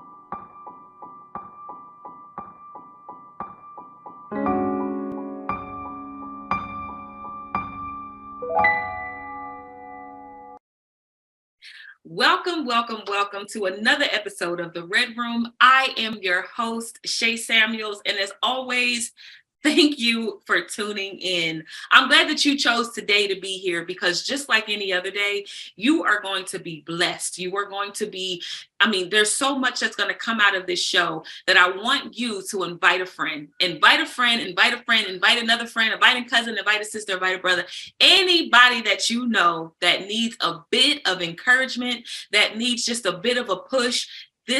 Today's show is going to be exactly what you need. We want to give a shout out to our sponsors first before we go into the topic. Thank you again for your support. Thank you for keeping us running. We love you. We love you. We love you. Listen, we're going to go ahead and get into this topic. Get paper and pen if you don't have it. Take the notes and remember to stay to the end. Why? Because that is where your nuggets are going to be. I keep telling you, if you look at only half of the show, you're only getting half of the blessing. So if you don't stay to the end, you don't have anything else to even just say that you were here. You need something to say, I was here. But you also need these nuggets to take all throughout the course of the year, no matter what year it is. So we're going to go ahead and get into this topic. Today, I want to encourage you to think big. I want to encourage you to think big. How important is it for you to think big, even in this season? You know, Ecclesiastes 3 reminds us in scripture that to everything there's a season. There's a time to be born. There's a time to die. There's a time to pull away. There's a time to mend. There's a time for love. There's a time to hate. Listen, I went all across the scripture just to get you to the point that there is a time for everything. It is your time to think big. It's just your time to think big. Listen, I remember growing up, I always talk about my childhood because for me, those are some of the most pivotal moments in my life where I didn't even realize how big I was actually thinking how big I was dreaming. I didn't even realize like how big, life was in me.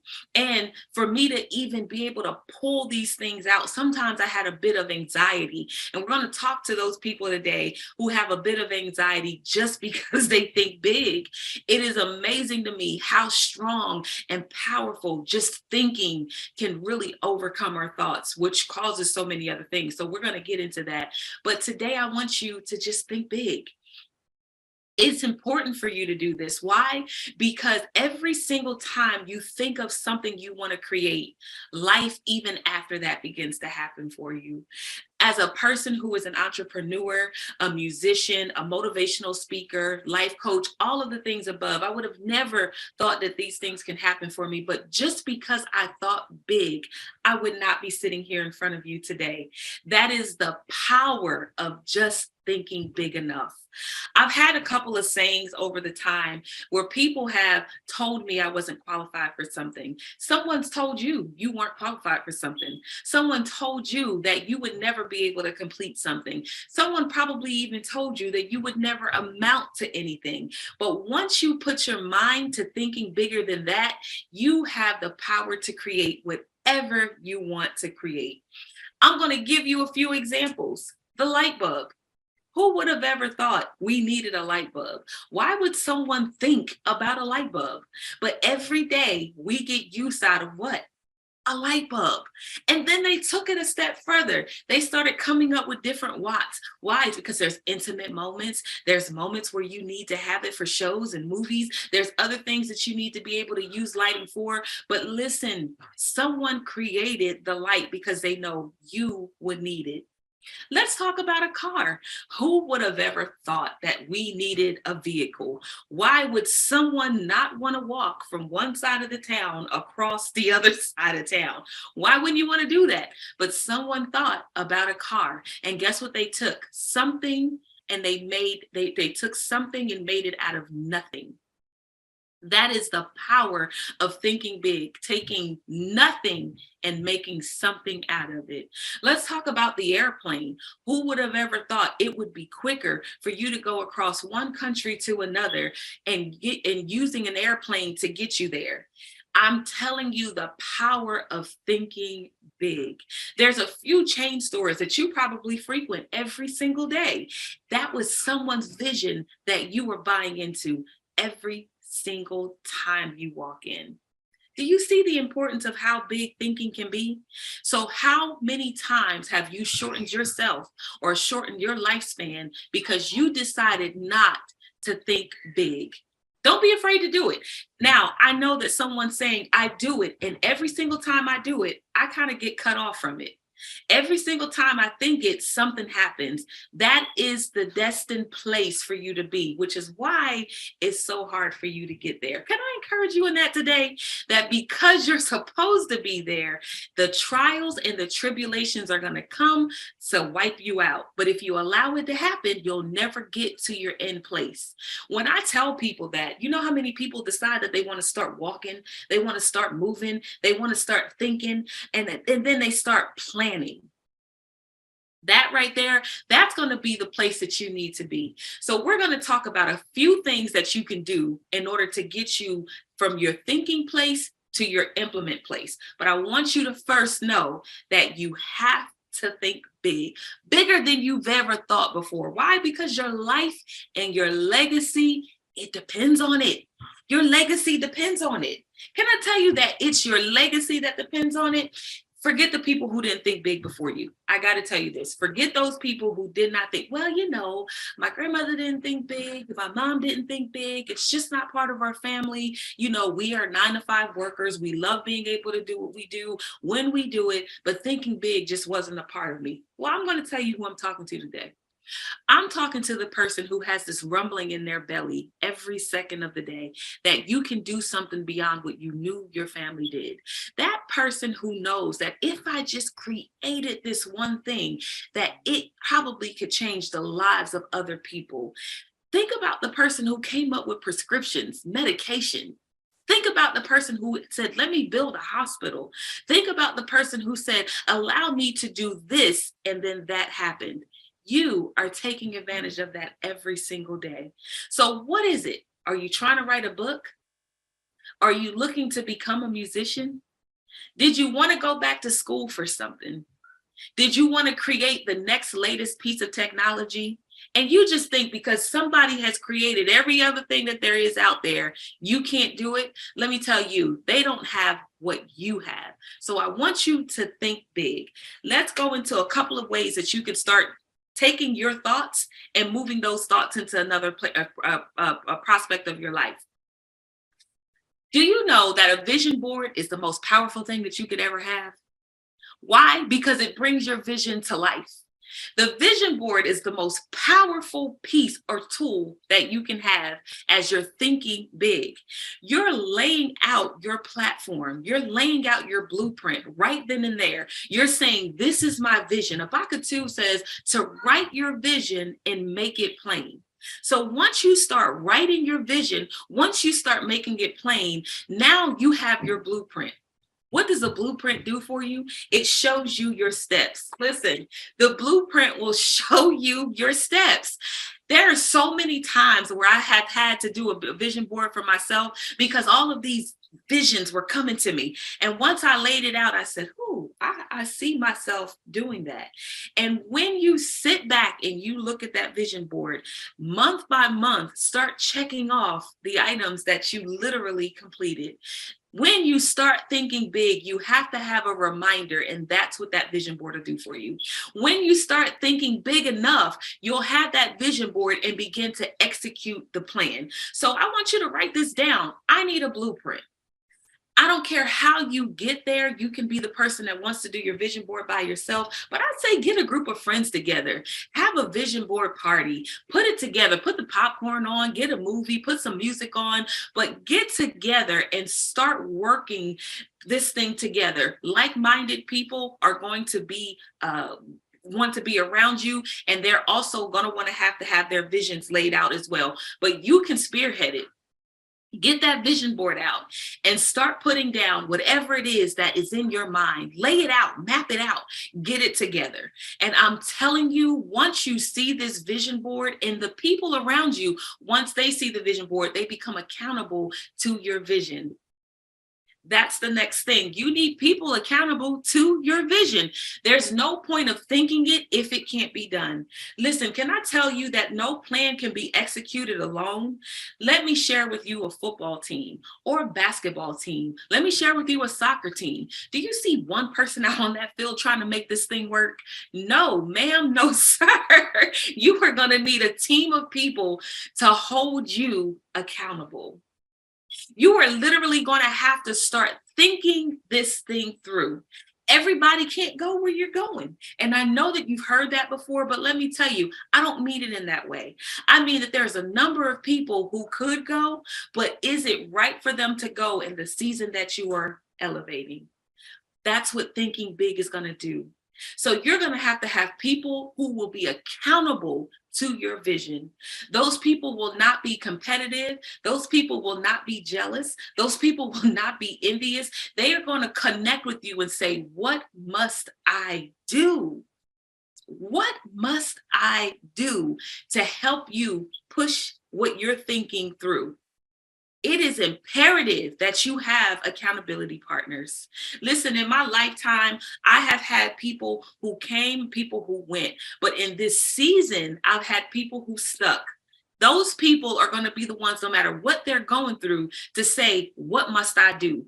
You're thinking it. I want to be here to help you bring it through. You're saying it. I want to be here to help you bring it through. That's exactly what those people will do. That's exactly how those people will do it. And guess what? There are times where you never have to step foot in a place. They will just do it for you. You know, there's so many people I've met just by social media. Some people, and I'm talking about, I've never met them face to face. Some of the most loyal people to my vision. Stop worrying about all the people that you've encountered who said that they won't help. You have to think big enough, put it out there after you plan it, and I guarantee you that there will be people to find and to connect with you. Listen, when you think your family, your friends, and maybe your coworkers, all these people who are going to come up and they're going to start saying, hey, we'll help, we'll help, we'll help, and you get discouraged, listen, it's not going to happen that way. I've always heard that your strangers, the strangers are your most loyal people. So don't get hung up on my aunt's not going to help me, the cousin's not going to help me, my brother, my sister's not going to help me. Just know that once you think it, you plan it, put that blueprint out, and you start to move on it, there are people around you who are going to be accountable to your vision. Let me ask you this. What hinders your vision? What is it that actually, when you think about it, is it your mind? Is it your thought?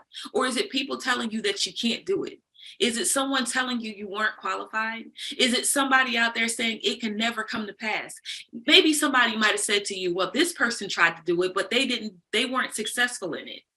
If you're thinking it, it shall come to pass. Can I encourage you in that today? If you're thinking it, it shall come to pass. I've had a number of people tell me that I think too big. I've had a number of people say your ideas are too grand. So it could never happen. Have you thought about the financial piece of it? Have you thought about how many people need to labor? Did you think about how many people you would need to feed? Did you think about the places you would need to go? How are you going to do all of that? And I didn't know. I just knew that I had something in me that needed to come out. I started to do exactly what I'm encouraging you to do. I started saying, listen, I'm thinking it. I'm going to put it on paper and I'm going to remind myself every day what this looks like. And because I reminded myself every day, I wasn't out to show them I could. I was out to prove to me that I could. And every day I started to prove to myself that I could. So while you're thinking it, I need you to say, I'm proving to me that I can, and I will. The next thing I want you to remember is not only as you begin to think big, you're going to start having thoughts. You're going to have to start grabbing those thoughts because now you're thinking. And what happens when you think, ladies, our brains are like wires. They go all over the place. One wire connects to another wire, connects to another wire. And by the time you're done, you're anxious. But the Bible reminds us to not be anxious for anything. So when you become anxious, not that you're not going to touch it or that you're not going to get it, you get anxious because you know it has to be done. So I want to encourage you in this. It can be done, but there's steps that you have to take. First, grab a hold of those thoughts. I want you to reach up and catch those thoughts. I want you to reach up, catch those thoughts. The ones that are going to build, I want you to put them in your pocket. And the ones that seem a bit frivolous, put them aside for a second. The ones that may seem outlandish, put them on a board, put them as a goal. And I want you to start focusing on those goals. And then that brings you to how you execute all these thoughts that you have. Ladies and gentlemen, I want you to give me a drum roll because here's how you execute them. You set yourself long-term and short-term goals. Listen, has anybody ever talked to you about long-term or short-term goals? It is imperative that you have a goal set for everything that you put on that vision board. I remember on mine, I started putting office space and I was putting life coach and I was putting my kids and I put houses and I put clothes. I put a lot of stuff on those vision boards. And I said, this is the timeline that I want this all to happen. In order for it to happen, you have to have set a goal. My short-term goals were ones that I could literally start to execute within weeks. And I started to check those boxes off and I felt more accomplished as I was checking those boxes off. The long-term goals were the ones that I knew I would have to pay a lot of money out for. Those things that I knew I would have to bring a lot of people in for. Those things I knew for a fact that if I did it today, I would be broke tomorrow. But I put it on there because I knew that it could be accomplished. So I want you to start looking at how I can execute my plan by setting goals. So you you take those big thoughts, you take those that big thinking, and you start putting them into this bucket of, this is what I want to do today, this is what I want to do tomorrow, this is what I want to do next year, this is what I want to do 5 years. I need you to think big. Now, when I put it in that way, does it make sense to you that you don't have to try to grab everything up right now and try to make it all happen? That's when we begin to feel like failures. So when I say, I want you to start thinking big, I want you to start tapping into your power of thinking big, tap into the power of creating with a purpose, with a plan. Ecclesiastes 3 says, to every purpose, there is a plan. For every season, there is a plan. For every season, there is a plan. So what that tells me is that even while thinking big, there's going to be some times where you got to tear away from some things. There's going to be some times where you hate some things.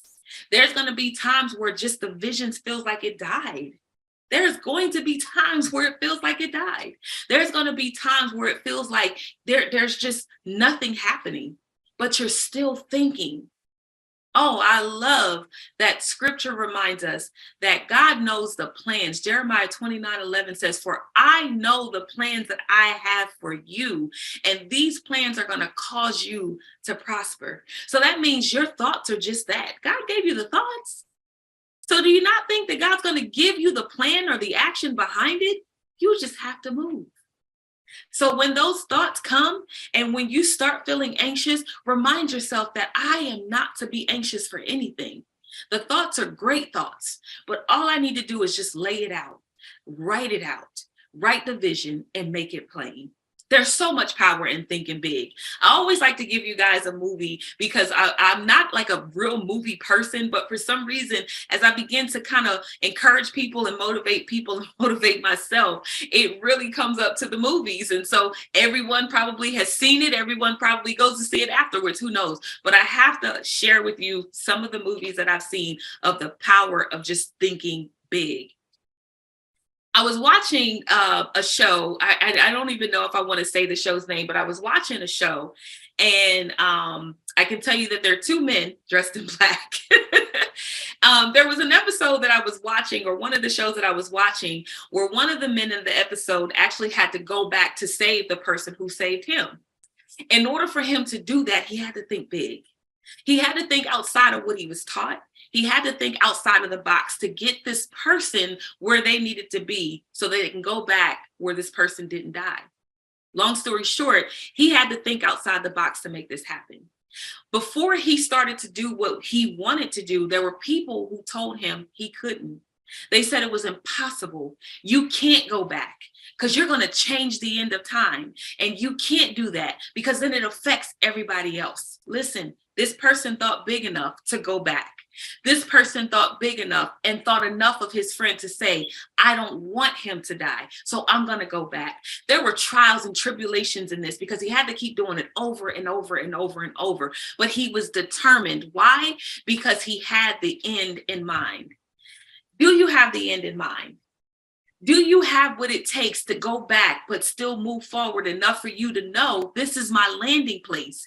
Do you think big enough to think outside the box? No matter what obstacle comes my way, I'm going to think big enough to know that there's an end result in mind. What if I told you that every time you thought big, every single time you thought big, the adversary was going to come to you?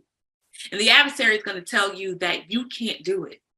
What if I told you that every single time you thought something good, that a bad thought was going to come?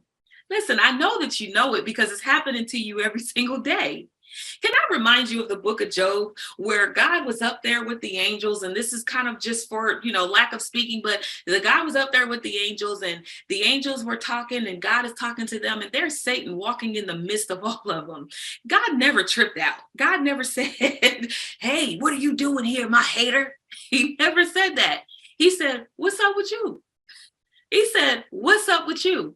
And then then Satan says, I'm just looking for something to get in. He was thinking. Even your adversaries think. Even your adversaries are thinking bigger. I am looking for something to get into. Did that just bless you? I'm looking for something to get into. So God says, well, have you considered my servant Job? That means your thoughts are operating, and somewhere up in heaven, the adversary is thinking, I need to get into something. And then God's going to say, have you considered my servant? And now all of a sudden you're going through it. All of a sudden the trials and the tribulations are coming. But guess what? Job never gave up, for those of us who know the story. But I'm encouraging you to never give up on thinking big. Never give up on the power of thinking big. Never give up on the opportunity to go bigger than you went yesterday. For some of you, bigger might be just getting out of bed. For some of you, bigger might be just, I'm going to think differently about myself. So today, I want to encourage you to have a mindset shift. I'm going to think big. Say it today. I'm going to think big, bigger than I thought yesterday. And then tomorrow, I want you to think bigger than that.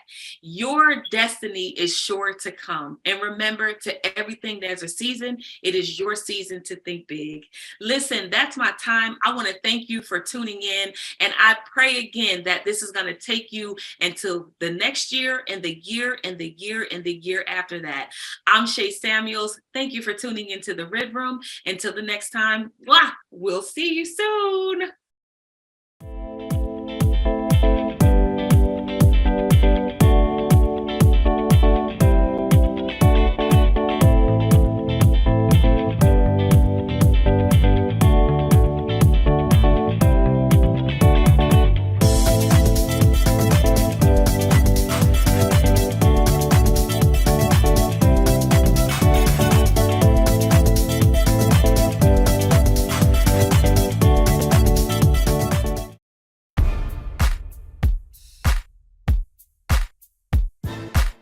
We're grateful for who God is. That list of names given, holy and mighty and all of that, that's just the beginning of things. When Jesus was jousting with the Pharisees, Jesus made it clear to them that when you start talking about me, you're talking about something that surpasses Abraham. Because before Abraham was, he said, my name is I am. In other words, when you open up the book to look at all of the good things that a person can possibly be, mighty and triumphant and awesome and holy, he says that that's just the beginning of it. He had to close the book. Who am I, America? My name is Daryl R. Izzard. I grew up in Hickory, North Carolina, in the projects of Ridgeview. Exactly, the apartment number was 909 South Center Street. I grew up with a single mother who had me and my 3 other siblings. My father was one of the biggest drug dealers in Hickory, North Carolina, him and his twin brother. Because of him slinging and selling drugs, he was incarcerated for most of my life, for about 12 years. So I had to grow up early, though I was the oldest, but I still had to grow up early and help take care of my siblings and be there for my mom. And growing up early, it made me be who I am today. I experienced bullying from elementary all the way up to my 10th grade year of high school. My mom did the best she could with me and my siblings, had all the good shoes and name brand shoes and clothes. And one day she felt like I was just so ungrateful. And her and my grandma yelled at me and they said, "Why, you seem like you're just very ungrateful. You have everything that anybody could ever ask for. Why are you so ungrateful?" And I immediately just yelled and I said, "You don't understand what I go through at school. The kids are bullying me. They call me names. They pick on the way I talk. They pick on the way I walk." And from there, my mom and my grandma went to the school and they talked to the administrators, and it got better for a little bit, but then eventually it started back again. And it got so bad that I started treating my family bad because of what I was experiencing through school. And my mom sent me off to a group home. But this wasn't an ordinary group home. It was a Christian-based group home where we stayed in church day and night. It was a holiness church that they were a part of. And in this group home is where I found, I would say, my calling for ministry, my calling for being an artist and encouraging people. So after about a year, I was able to go home, and I moved in with my great-grandmother, who was very sick at the time. So it was very beneficial for not only her, but for me, because I was able to transfer school systems instead of going to the school I was. So after about a year of being in the group home, I returned home and I moved in with my great-grandmother, who was very sick at the time. So it was not only beneficial for her, but it was beneficial for me because I was able to move school districts. This school district, it seemed like I should have been there all along. There was no bullying. There was, seemed like the kids had a little bit more, the kids were a little bit more civilized, I would say. So I joined the choir, I joined the band, and got to experience traveling to New York and Disney World and all over singing. It was just like, this is where I needed to be the whole time. So I moved there. It was called Newton Conover High School, where I was there from 10th grade to 12th grade, and still stayed with my grandmother, and still had dealing with different challenges such as being depressed and ADHD, all these things the doctors kept trying to throw at me. So I had to take medicine and all that stuff. But eventually I was able to overcome all those things with going to therapy and just keeping myself busy. So after high school, I stayed around with my great-grandmother for a little bit and decided what I really wanted to do, what my purpose was. And so I got a little job at Waffle House, and my grandmother bought me a car. And then as I was at Waffle House, I decided that it was time for me to go off, leave Hickory and go off and pursue some things that I felt like I wanted to do. So I ended up at Shaw University in Raleigh, North Carolina, which was my decision, but my mom, she felt like it was too far. She didn't want me to go. In fact, she told me I wasn't going.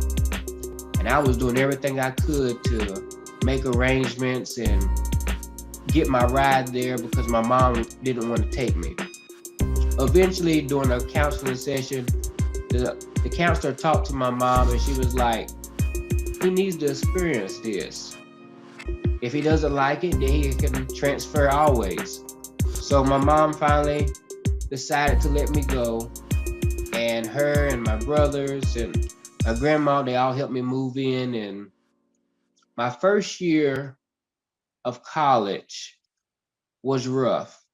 Just like any freshmen who go off, they've never been off, start partying and hanging downtown a little bit more than I should. And I got in a relationship that kind of ruined me, got me off my focus. So as the term ended, was close coming to an end, I had to be put on academic probation. Well, I was on scholarship at Shaw University. So because I was put on academic probation, I lost my scholarship. And I'm like, man, I can't tell my mom this. What in the world am I going to do? And eventually I just told her, and she's like, well, you got to come home. I'm like, nah, I ain't coming home. I'm just going to take out some student loans. And she said, I'm not signing for no student loans. So I was sitting here trying to figure out how I could take out a student loan without my mom, which wasn't possible. So I lost my scholarship and I had to come back home. And I enrolled in a community college where you go for 2 years and then you can transfer to a university. The people who were over my scholarship told me that if I pulled my GPA up, I can get my scholarship back. So while at this community college, I was doing the best I could to get my GPA up. Then all of a sudden, I get diagnosed with cancer. And this cancer was a type of cancer that my aunt had died of many years ago. And it was it's crazy because I was dying and I didn't even know it. Just happened to go to the doctor, and because I wasn't feeling any aches or pains or anything, but I was losing a lot of weight. And I just felt like it was, I'm just losing weight because the medicine that I was on or something, I didn't really just pay it no attention. So when the doctor told me I had cancer, I just cried and cried and cried on my way home. And I told my mom, and we both cried, and we prayed and we cried. And for about 2 to 3 years, nobody knew except God, myself, the doctors, and my mom. We didn't tell a soul. And it was hard not telling anybody, but I didn't want any pity from anybody. I didn't want anybody to treat me any different. I just wanted to continue to live my life. So while having cancer, I was still in the community college, and I also enrolled in a theology school to get my biblical studies degree. So I'm working 2 jobs, going to 2 different schools, and dealing with cancer at the same time. Just trying to stay busy, to keep my mind off of what I was dealing with. So eventually, I finished the community college with a 3.0, and shortly after I finished the biblical studies degree with a 4.0. So they told me that if I got my GPA up to a certain level, I would be able to go back and get my scholarship. So this time I got my scholarship back, but I did not go back to Shaw University. I applied to different schools, UNCG, Johnson C. Smith, Livingstone, all these different colleges. I got accepted to all of them, except Wingate that I applied to. Me and my mom went and visiting all these different schools and seeing what was best fit for me. And one of the last schools I got accepted to was Winston-Salem State. And we went and toured it, and just felt like I was at home the moment I walked on the campus. So I chose to go to Winston-Salem State. And at Winston-Salem State, I was then a junior because I transferred those 2 years of college, the community college. And my major was business administration, concentration management.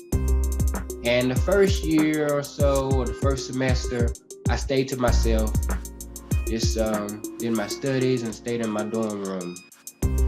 But then as the next semester came, I came out of my shell a little bit more and met some people. Actually, there were some people from Hickory that was there who I connected with. And I started joining clubs, the choir and business club and African American club, all these different things I was joining just to kind of get familiar with the school and what they're all about. So eventually I joined a fraternity, Phi Beta Sigma Fraternity Incorporated, which was something that really helped me develop as a young man, older in my teen years, I would say. So just growing up in school and things, I didn't really have any guy friends or that brotherhood, I guess you would say. So this was something I was looking forward to having, where you have some brothers you can lean on and they can hold you accountable. And that's exactly what they did. We still talk to this day. It was 9 of us. Matter of fact, it was the biggest line we had in 10 years. So it's very exciting to become a part of a brotherhood that is a lifetime of friendship and relationships. So eventually I go on to my senior year and doing my senior project and all these things. And I lose my great-grandfather, which kind of put another damper on me and led me into depression. I didn't only lose him, but I lost a childhood Sunday school teacher from the church I was a part of. I lost my grandfather, who was very inspirational in my life. He was on the radio for about 50 plus years and MC for different gospel artists like Shirley Caesar and Mighty Clouds of Joy, all those different people. And he inspired me to do my gospel music, a lot of my gospel music and writing. So it was very difficult when I got the call that he had passed. I remember getting the call from a friend, actually. My mom and grandma thought it was best not to tell me, let me get through classes or whatever, but somebody had called me and said, sorry for your loss of your grandpa. And I immediately just started screaming and yelling and just going off. Called my mom and I said, what is this? I'm hearing that Papa is dead. And I just yelled and yelled and yelled. I screamed and cried. I remember a friend coming up the steps and giving me a hug and just trying to comfort me. So that led me into depression. I stayed in my dorm room probably for the next 2 weeks, not going to classes. And my grades went down, but eventually I was able to talk to my counselor, who I hadn't talked to since I've been in school, and it helped me get a little bit, I guess, get some comfort in knowing that my grandpa wouldn't want me to just stop going to classes. He would want me to continue on and finish the course. So I got back in the books and doing long night studies and things so I could get my grades up. And eventually, I was able to continue and be successful. I ended like in a 3.82, I would say, something like that. And during that, the pandemic came. So I wasn't able to graduate. I lost my job and had to stay home and do all these things online. So it was very difficult for us who graduated during the pandemic or were supposed to graduate. And that led me into depression a little bit as well. And then just trying to find a job right out of school, but during the pandemic, everybody was saying they want a hiring freeze. So I had to stay home, go back home and stay home a little bit and get another job at Bojangles just to make some money. And eventually I saw a job on LinkedIn and I applied, which was in Raleigh, North Carolina, as a HR associate, which was kind of what I was doing on the job I lost before the pandemic. And so I moved to Raleigh. My grandma and my mom and my siblings helped me once again to move to Raleigh. And all of a sudden, I moved to Raleigh and I'm on this job and the pandemic gets worse. And they laid me off. And I'm like, okay, I done moved all the way to Raleigh. And don't know a soul down here. And you're gonna lay me off. And you knew I was moving here. It was very devastating and I did not know what I was going to do. In fact, it was rough. My mom and them, they didn't even know I lost my job.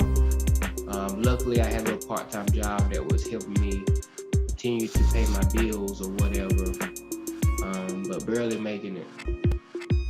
Then I looked on LinkedIn again and I found another opportunity where I can apply kind of in the same field. And I applied and I got the job and still today I'm still there. It's been an awesome experience. And just while doing all this, I began to start writing some of the things I went through and how I have overcame different things, the trials and tribulations, many trials and tribulations, the ups and the downs, the losses, the bad relationships, dealing with the cancer at an early age.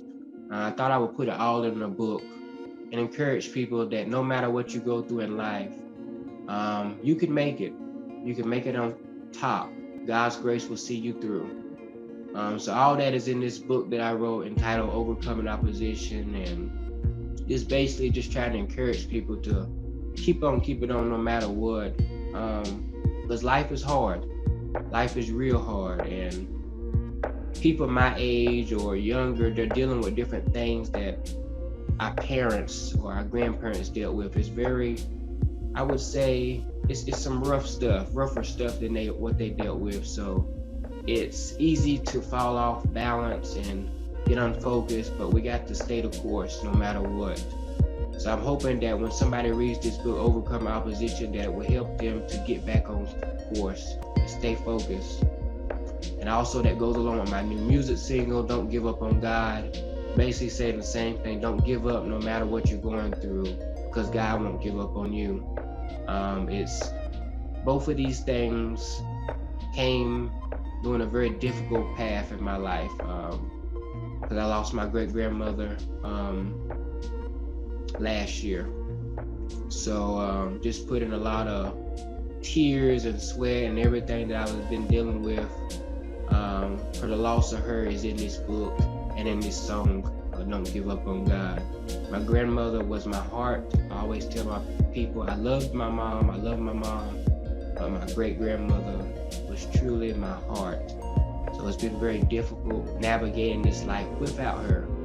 But because of God's grace and the abilities He gave me to write, I thank God for that, just being able to write and put my thoughts down on paper or in music, and it's been helping me get through. I still have my bad days, but the music and the writing has really helped me get through. Yeah. So who am I, America? I'm Daryl R. Izzard, a recording artist, an author, a minister, motivational speaker, and it hasn't been easy. I had to go through some things, but as I said in my trial sermon, you have to go through a process to get to where you're trying to go in life. And my process was difficult. I had to go through a lot of ups and downs, but in the end, I think it's worth it.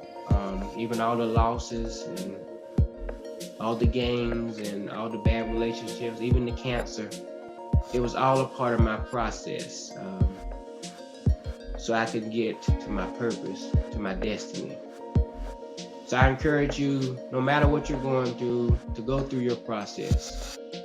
No matter what it feels like, no matter what it looks like, no matter what those say about you, go through your process so you can reach your destiny. You can get my book, Overcoming Opposition, on Amazon, Barnes & Noble, any place where you get your book. And you can get my music on all digital platforms, Don't Give Up on God, Daryl R. Izzard.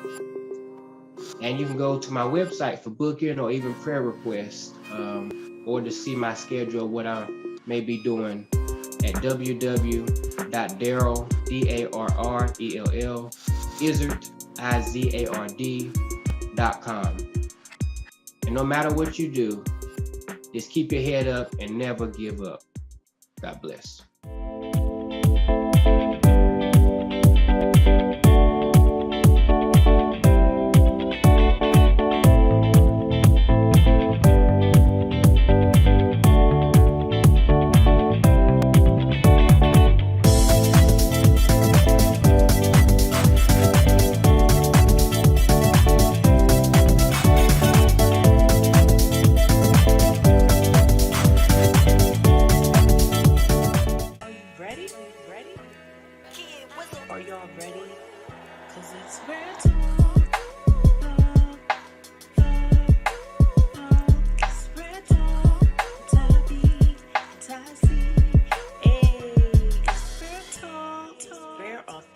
Real experiences. Welcome.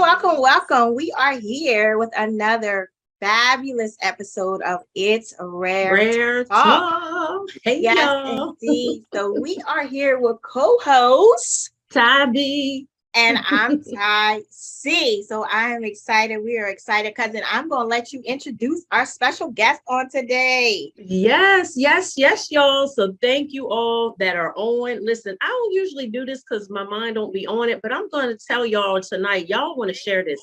You want to get your cousins, you want to get your brothers, sisters, get everybody on here tonight because we have such a special guest. we have been, I don't even want to use the word excited, but we have been looking forward to this episode. Like me and cousin were texting, like, this is going to be good. Like, we just knew that this episode was going to be so good.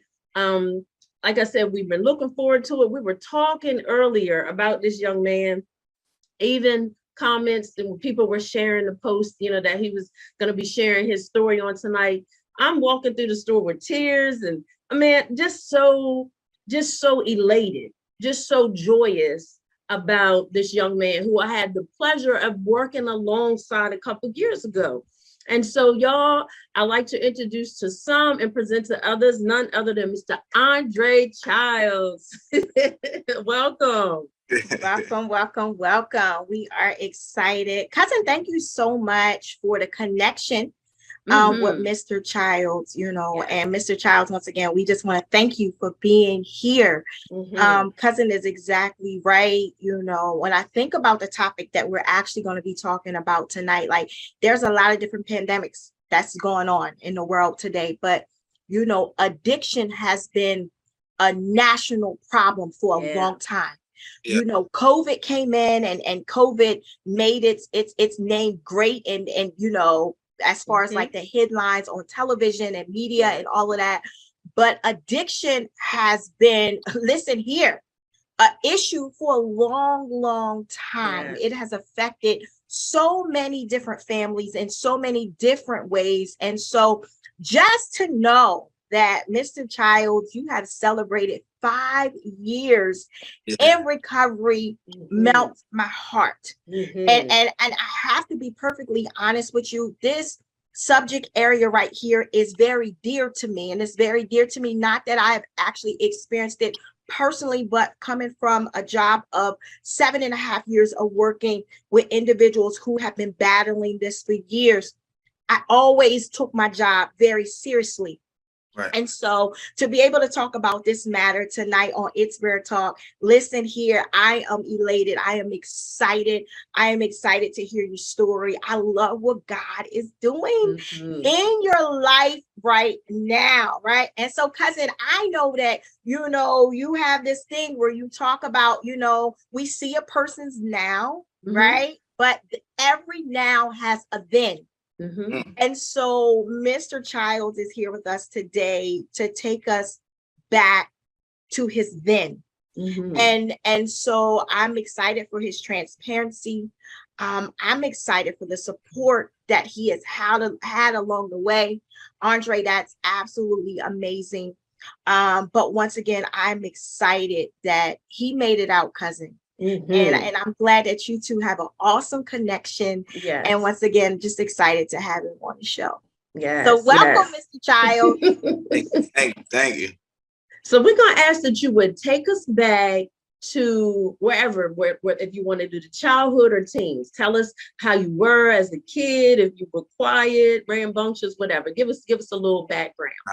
Yeah, as a child, I very athletic, played sports, basketball, football, ran track, and wasn't quiet. I definitely talked a lot. But like I was thinking about it, back from 8 to 14, I was like my life was very good, playing sports, getting good grades, going to school, just doing everything I was supposed to do. And I felt like when I got to, even through high school, 9th, 10th grade, 11th grade, I was real little. So like, I just kind of stayed to myself a lot. Yeah. Played sports, stayed to myself because my sister, she graduated in 2004, went to Hampton University, was always making honor roll, dean's list. Like, so I felt like, man, I have to stay on top of myself because like, she out here like doing her thing. And things didn't end up that way. And sometimes I sit back and I ask myself maybe I didn't feel like I was good enough. You know what I'm saying? And that's maybe what transpired to send me in the wrong direction. So, my childhood as a young child, everything was fine. My teenage years is when things started to take a turn. Okay. So how about senior year? Did you graduate? Or Yeah, did they? Okay. I graduated high school, played varsity football, running back, defensive back, played basketball. And I even went to a JUCO college in Oklahoma for 2 years. And I feel like that is when I realized that maybe I might have an addiction problem. I didn't know nothing about addiction, narcotics, Alcoholics Anonymous, but I was in school and I was out like partying. You know what teenagers do, what young kids do. You go to college, you party, you get up, you go to class. Well, the difference was I was partying and everybody else was getting up and going to class and I wasn't. Okay. I'm saying, so after being out there for a year and a half, I came back home to Claymont, Delaware, and that was in 2011. And that's really when I had like dibble and dabble, smoking, drinking, doing some pills here and there. But when I came back from college is when my addiction really took off. Yeah. So it went to a whole nother level. Was it because you just had idle time? Do you feel like so you didn't finish? You went to JUCO for a year and a half, but you didn't finish. You came back. So when you got back, did you feel like, man, what do I do now? Like, what do you think your mindset was at to cause, like you said, the dibbling and dabbling to go haywire, out of control?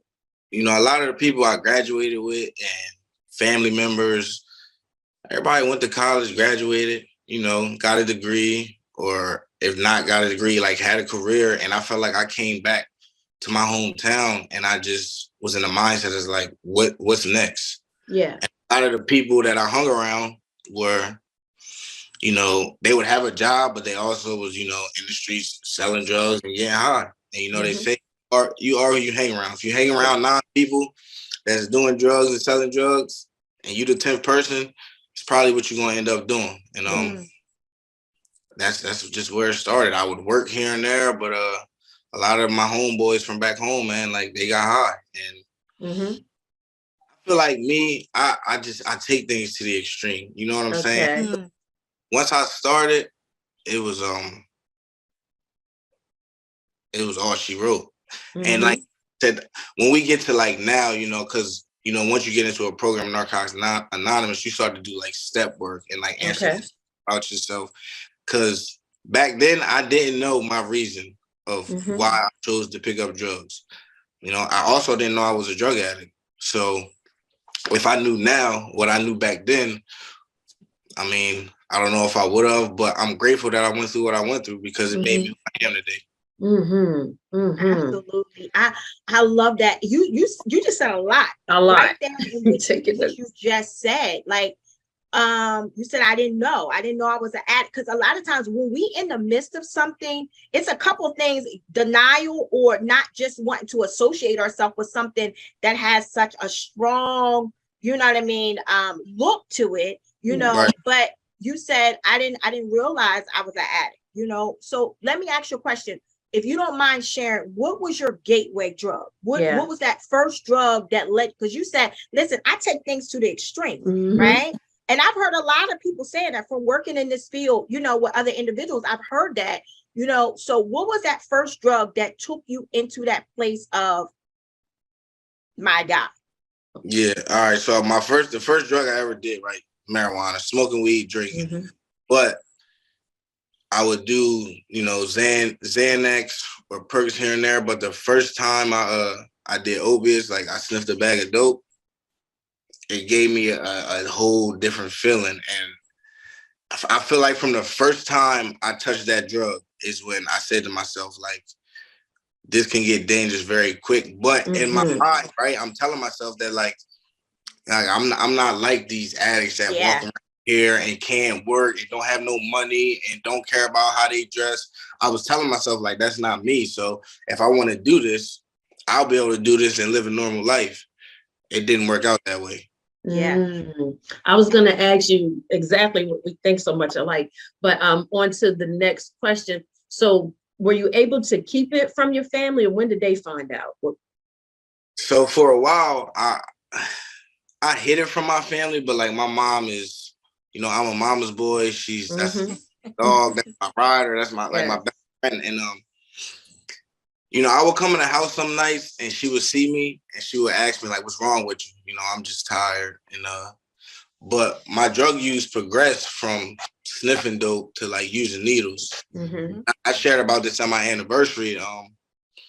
One specific time, man, I had left some needles in my closet, and my mom, she knew something was going on with me. You know, she knows me. I walk in the house, eyes bloodshot, or my pupils all pinned. You know, she knows something's going on, and she looked through my closet and she found a pack of needles, and she said to me, "We got to figure something out." Because I'm, you know, my mom, she's like, "I'm not going to let you die in these streets from using drugs." Right. And it got to a point, though, that, like, even when my mom knew and my dad knew and my sister knew, like, it didn't matter. Because now I'm all in. You know what I'm saying? No matter who knows, no matter what people think, I don't care about keeping a job. I don't care what my family thinks. Like, I'm in the midst of active addiction. Like, I'm all in. Yeah. So it doesn't matter to me, you know, family events, going to birthday parties, Thanksgiving, Christmas. I'm going in there high at the table, nodding out, falling asleep, and just not caring. So let's talk about that right there, cousin. I want to, because I feel like a lot of times, and after having conversations with different parents of individuals who are active in addiction or struggling with addiction, you know, sometimes if you have never walked that pathway, you don't know what to expect. You don't know what to think. You know what I mean? All you know is that you see your loved one in a situation that's not good, right? Yeah. And so I heard him say, listen, at that point in my life, all I cared about was my addiction, right? And it's because that disease takes over, right? And so that person that they actually seen come into the, you know, the dinner table and things like that, it was taken over by a different force. Yeah. Yes. Right. And that thing, I heard what you say. You was like, in the beginning, when I, you know, took on the heavy stuff, the opiates or whatever, you know, I knew that it could become dangerous. I heard about it, you know what I'm saying? But in my mind, because right at that point, it hadn't taken over your mind. In your mind, I got control over this. Yeah. Right? That's what a lot of people actually believe, that they got control over it. You know what I mean? Not realizing that that thing right there, man, that's a demon all by itself. All by itself. Yeah, that thing, it's coming to take over everything. And it, before you know it, the individual is out of control. Yeah. Right? And so here you are, you're showing up. You still showing up, but you showing up with something riding your back. Right. Yeah. Wow. I was going to ask too, were you working? Were you still functioning like with a job, or was you just like getting your money in the street or whatever? I was working. I would have a job here and there, you know.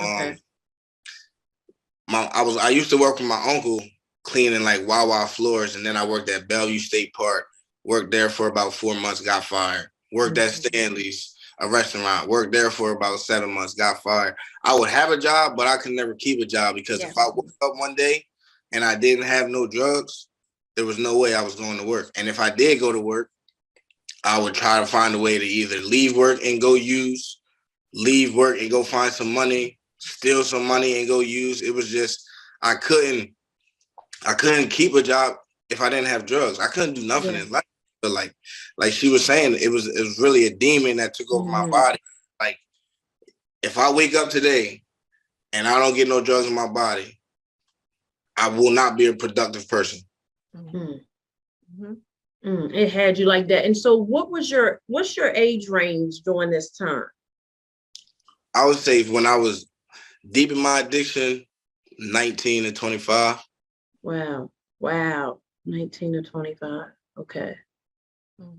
Okay. And so during that time, did you ever seek out, like, try to get any help? That, you know, I know your mom was on you and your family, but did you ever go into a facility at that time? Did you ever try, you know, because sometimes somebody would try something for 30 days and that didn't happen. So did you try anything? I went to a treatment in Pennsylvania in 2014. I went 2 different times. The first time I went, I completed. I stayed there for 18 days. But at this point, I really was just going because I was trying to make my mom happy. You know what I'm saying? And I knew in my mind that, like, I was on like a little vacation. The day I left that rehab, I used. And my mom is one of them type of ladies where, like, okay, I'm a grown man. She telling me when I can and can't leave the house. And in my mind, I'm like, I'm not. You know, when it comes to getting what I want, I'm going to do what I want. And she would try to keep tabs on me and try to get me jobs to work with people she was close to. But at the end of the day, the only way I was going to stop using is when I was ready. So I went to that treatment for 18 days, completed and used. I went back to that same treatment in 2015, and I was there for 3 days, and I left. And I got high as soon as I got in the car with the person that picked me up. Before we get deep into the interview, I need to shout out your mother. Yes, Mom. Right? I've never met your mom in person, never had a conversation with your mom, but I need to shout her out, right? And is your mom Miss Wanda? Yes. The reason why I want to say that is because like I told you prior, I was reading the comments on our Facebook page, and I can tell that your mom loves you. 100%. I can tell that your mom is one of your biggest cheerleaders, and from a mom to a mom, I get it. Yeah. Right? All she wanted to do was protect her seed. That's it. Right? And she was riding with you. I want to tell you something. Consider yourself blessed, because I've seen a lot of individuals whose support system fell off because they couldn't handle the fact that their child was in active addiction. And so for your mom to continue to ride that thing out with you to the point to where you are now, listen, Miss Wanda, shout out to you. Shout out to you. And so I just wanted to stop and say that and give her flowers. Wow, she's here. I'll add to that, because working with Andre, I know he loves his mom. He loves his mom. He's very family oriented. Yeah. And so I just wanted to highlight that we know Mom did her part, you know. Yeah. We know this was not her fault or her doing. This was choices that you made, you know. Absolutely. When you strong-willed and you have this mindset, I'm gonna do what I want to do. That's you know what I'm saying? Because even us, I guess we could call ourselves mama bears, because our kids are grown. My youngest is 16, but I'm still like that. Andre, me and Tonette, but our boys they're knocking on 30, but we still like, where you know what I mean? Where you at? Because it's a different world, you know what I mean? Yeah. And I commend your mom for that. I'm not losing my son, because that's our mindsets with our boys, you know what I mean? So yeah, that's a lot with that. Yes. A lot with that. But I like what he said, cousin, not to cut you off. No, he said, first of all, he respected his mom enough to try to go, for the simple fact because he knew that would please her. Yeah. But to all of our viewers and individuals who are active in addiction right now, because cousin, you know, we here to throw a line of hope. Oh yeah. Right, Andre, that you are part of the line of hope for individuals who still are part of your then. See, you've crossed over, but it's still some individuals that's still fighting in that place that we're talking about where you used to be. And so what you are doing now is you are physical hope for people to show that I've been there, done that, understand it all, right? But I also know that there is a way out, right? And so, cousin, I like when he said, I went there, you know, because I knew it would make my mom happy, but I didn't go there because I wanted to go. That's right. Right. That's right. So we know that makes a difference in the treatment. That makes a difference in the recovery process. If that's not from your heart, right? If that's not something that you want to do personally, listen here, it doesn't give you that result that you're looking for. Not at all. Not at all. So we want to move forward. We want you to get us to your lowest, like that. I couldn't believe I got here. What was your lowest? I would say I went to Warwick in 2015. So in 2015 was when I'm talking about walking around. I haven't had a haircut for like 7 or 8 months. Track marks all on my arms, on my leg. I'm probably weighing in at like 105 pounds. And at a point in my life where like I didn't want to work, I'm 24, ready to turn 25. And like I'm calling my mom at nighttime, asking her, can she stop at McDonald's and get me a double cheeseburger from McDonald's? Like I'm a grown man with no money in my pocket, not eating, you know, not caring what I look like. If I wanted to go get a haircut, I have to call my dad. and try to get some money. I was hopeless. Like, I'm talking about down bad, man. And at that time and point, like I didn't really have no hope. Like, if I'm being honest, it was times when like I would stick a needle in my arm and like I would hope, maybe maybe this will be it, because I'm tired of suffering and I don't know how to get clean. I went to treatment, that didn't work, and I was okay at 24 years old that like, man, I'll probably die before I'm 25 as a drug addict, and I'm all right with that. But in all reality, I really wasn't okay with that. I was just so far gone in active addiction that I just didn't want to live no more. Jesus. Jesus. The battle became that severe. Yeah. And I believe what you are saying, you gotta excuse me, because man, this topic makes me emotional, because I want to see people win. I want to see people free, and I want to see people healed. And I believe what you just said is what a lot of people feel on the inside. Yeah. You're speaking, you are able to verbalize now what so many people really want to say. Yes. Right? But you said, I'm saying this, but this is not, there's another part of me saying that I do want to live, but I can't kick this thing. Yeah. I think it's too heavy. This thing has overtaken me. This thing has taken me to my lowest point of just not caring. Yeah. Right? And so here we are.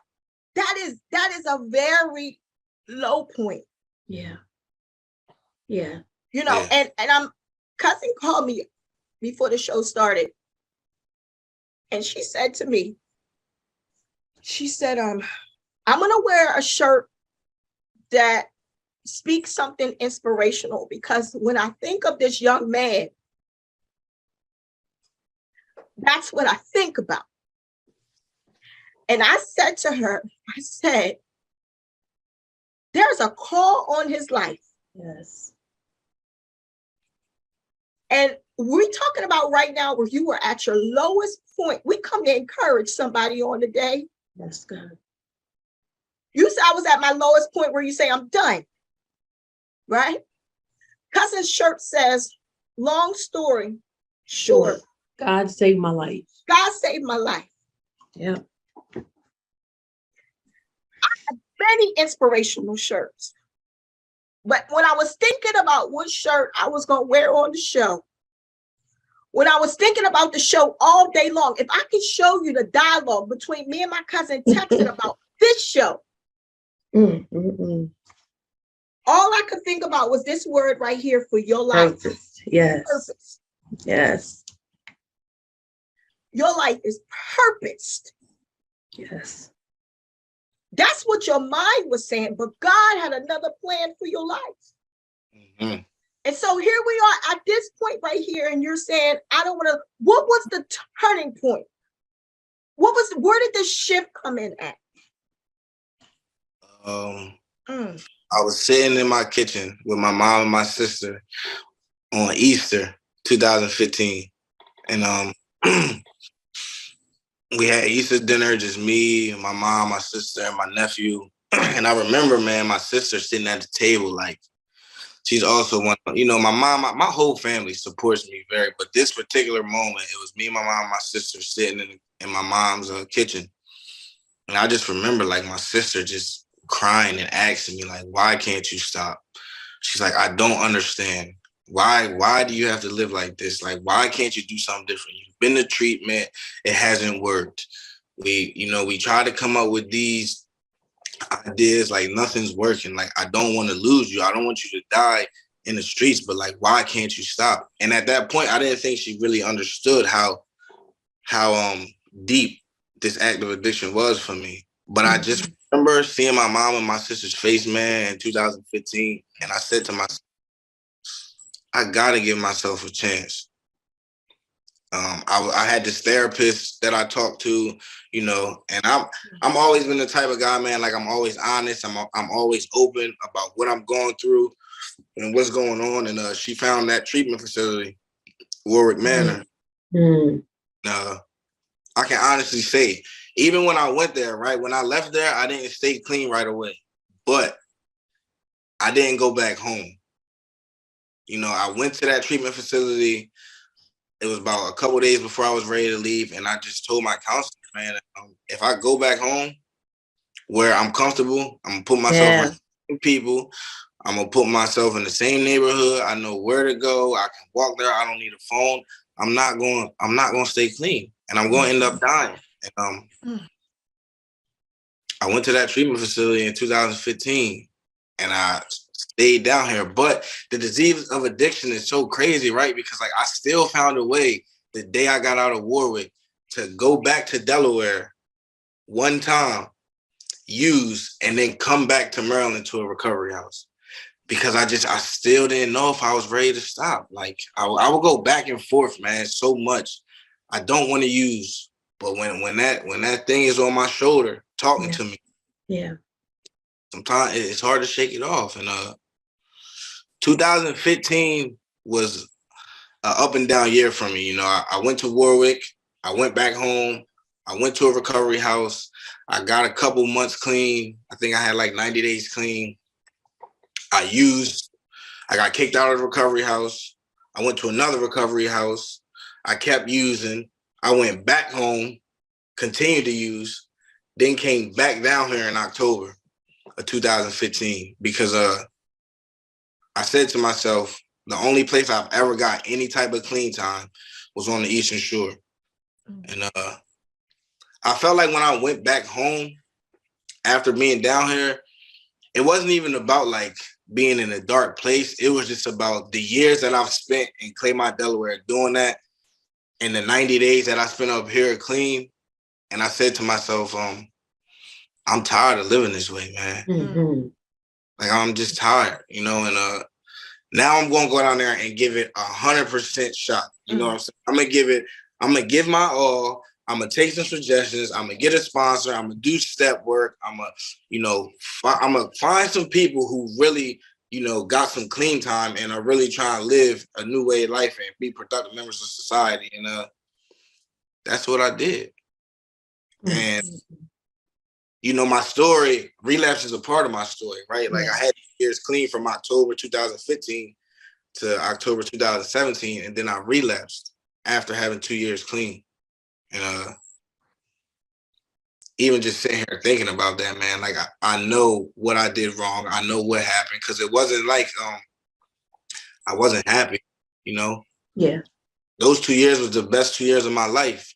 But for me, when I started dealing with somebody back home, and I like kind of like disconnected myself from the program of Narcotics Anonymous, from my the people in my recovery house, my sponsor, my sponsees, and I started hanging back around with the same dudes I hung with when I was in active addiction. But I thought I was okay because I had 2 years clean. And let me tell you something. Listening to you makes me think about how powerful the mind is, right? But then you still had the drugs that's affecting the mindset all the more. You know, they always say a mind is a terrible thing to waste, but the mind is very powerful. That mind have us doing all kind of stuff. But I commend you sharing that part, because a lot of times, you know, we can miss detail, and you just shared some detail right there. And like cousin said, we just appreciate your transparency so much, and we definitely believe that you're helping some people. I want to share something with you that I realized about the word recovery, because we hear it, but a lot of times people just think what people have their own, you know, definition of what recovery is. But this is what I found out about recovery. It's about the get back. That's in Latin. That's what it is. It's get back. It's getting back, and getting back what we lost. Now, my struggles weren't your struggles. I don't have your story, but I definitely had some things that I had to recover from.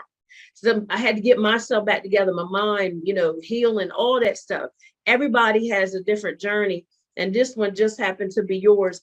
But I think about how, you know, you persevered, you know, even when you didn't know what that was going to look like, you know, and you could have just quit and gave in. But, and as cousin said earlier, God had a plan. Even when you thought that needle, one of them last needles was going to be it, God said not so.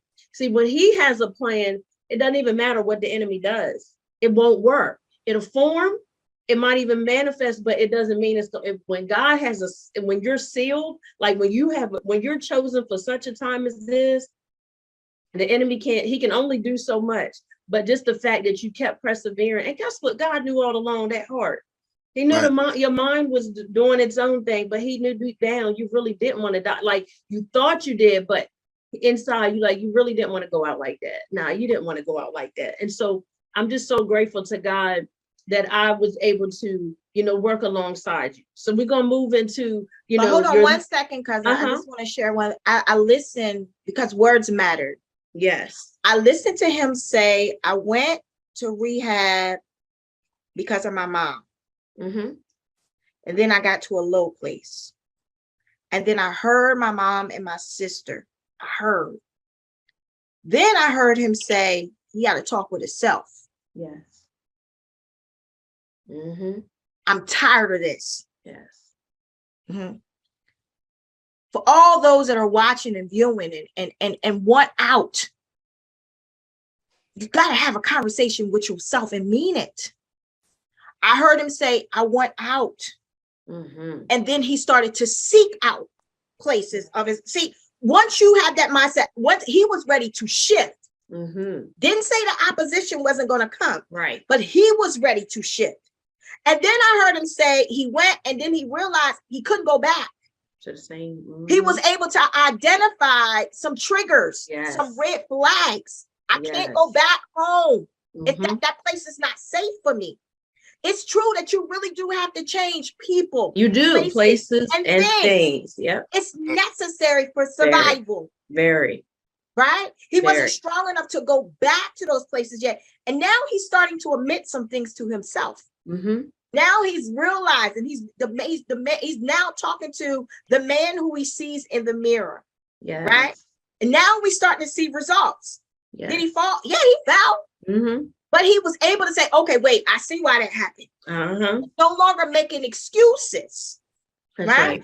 All right. But so he was trying to find solutions then. That's basically, it was the like mindset had shifted. That's right. You got to shift the mindset. It's important to shift the mindset. Right? Until you shift your mindset, it don't matter what nobody say. Mm-hmm. That's it. Yeah. And also another thing is the shifting of the mindset allowed room for God to move. Yeah. See, I believe there's a lot of people that addiction, and Andre, you can comment on it. There's a lot of people that addiction has took out of here. Oh, yes. Yeah. A lot of individuals have died, unfortunately, from overdose. Mm-hmm. It's happened. It's true. I believe God had a plan for all of their lives. That's right. Come on now. There's a plan for everybody's life. But listen, he can't work where we don't give him room to work. Mm-hmm. When you shifted your mindset, because what you don't understand is, listen here, there was a word that was spoken over your life. Yes. And I'm assuming from reading a message, right? Your mom commented and said, I'm so proud of you, son. And then there was a pastor who commented last night. I'm reading these text messages, and I'm telling you right now, Andre, my spirit was jumping. Yes. There was a pastor who then commented and said that she was proud of you. I don't know this pastor. She said that she was proud of you. And she said that the Lord is going to do great things in your life. And she told your mother that she was proud of you and she hasn't seen nothing yet. Mm-hmm. Your mom came back and spoke the words that you spoke over his life. Yes. I need you to hear what I'm saying. This is why I know you have purpose. This is why I know God saved your life. There was some words that were spoken over your life. Your mother said the words that were spoken over your life helped her during the most difficult times of your life. Mm-hmm. There was a word, right? Mm-hmm. And so what happened is when your mind shifted, now you have given God room to work. Yes. Right. And every word that has been prophesied over your life, as long as you give God room to work, I want you to hear what I'm saying, young man, because I believe the world ain't seen nothing yet. Mm-mm. Everything that you went through, it was for your good. And that's what you're going to help somebody else. Mm-hmm. But everything that has been spoken over your life, as long as you give God room to work, He can You work. ain't seen nothing yet. You Yes. have not seen nothing. I want you to hear what I'm saying. You have not seen nothing yet. Yeah. This is the beginning of great works for you. Yeah. And everybody does have a yet, but the yet is based on your yes to God. Your yes, because he doesn't force anything. Right. You know, and as cousin said, your ministry may not be behind no pulpit, but you definitely got a street ministry and on the court. That's because you sharing your testimonies, helping other people. You know what I mean? You saving folk when you open your mouth. That's why you can't be quiet. Right. You can't be quiet. So when I called you, when we were talking about our shows and our topics, so we're strategic. We don't believe in just doing anything just to be doing it. We that's not where we're at. Everything that we do has to be purposeful. So when we were talking about one of the topics was recovery, and we were like, who do we, you know, and God instantly put you on my mind. And so cousin asked me like how many years you have been clean, and I told her, and she was like, are you sure?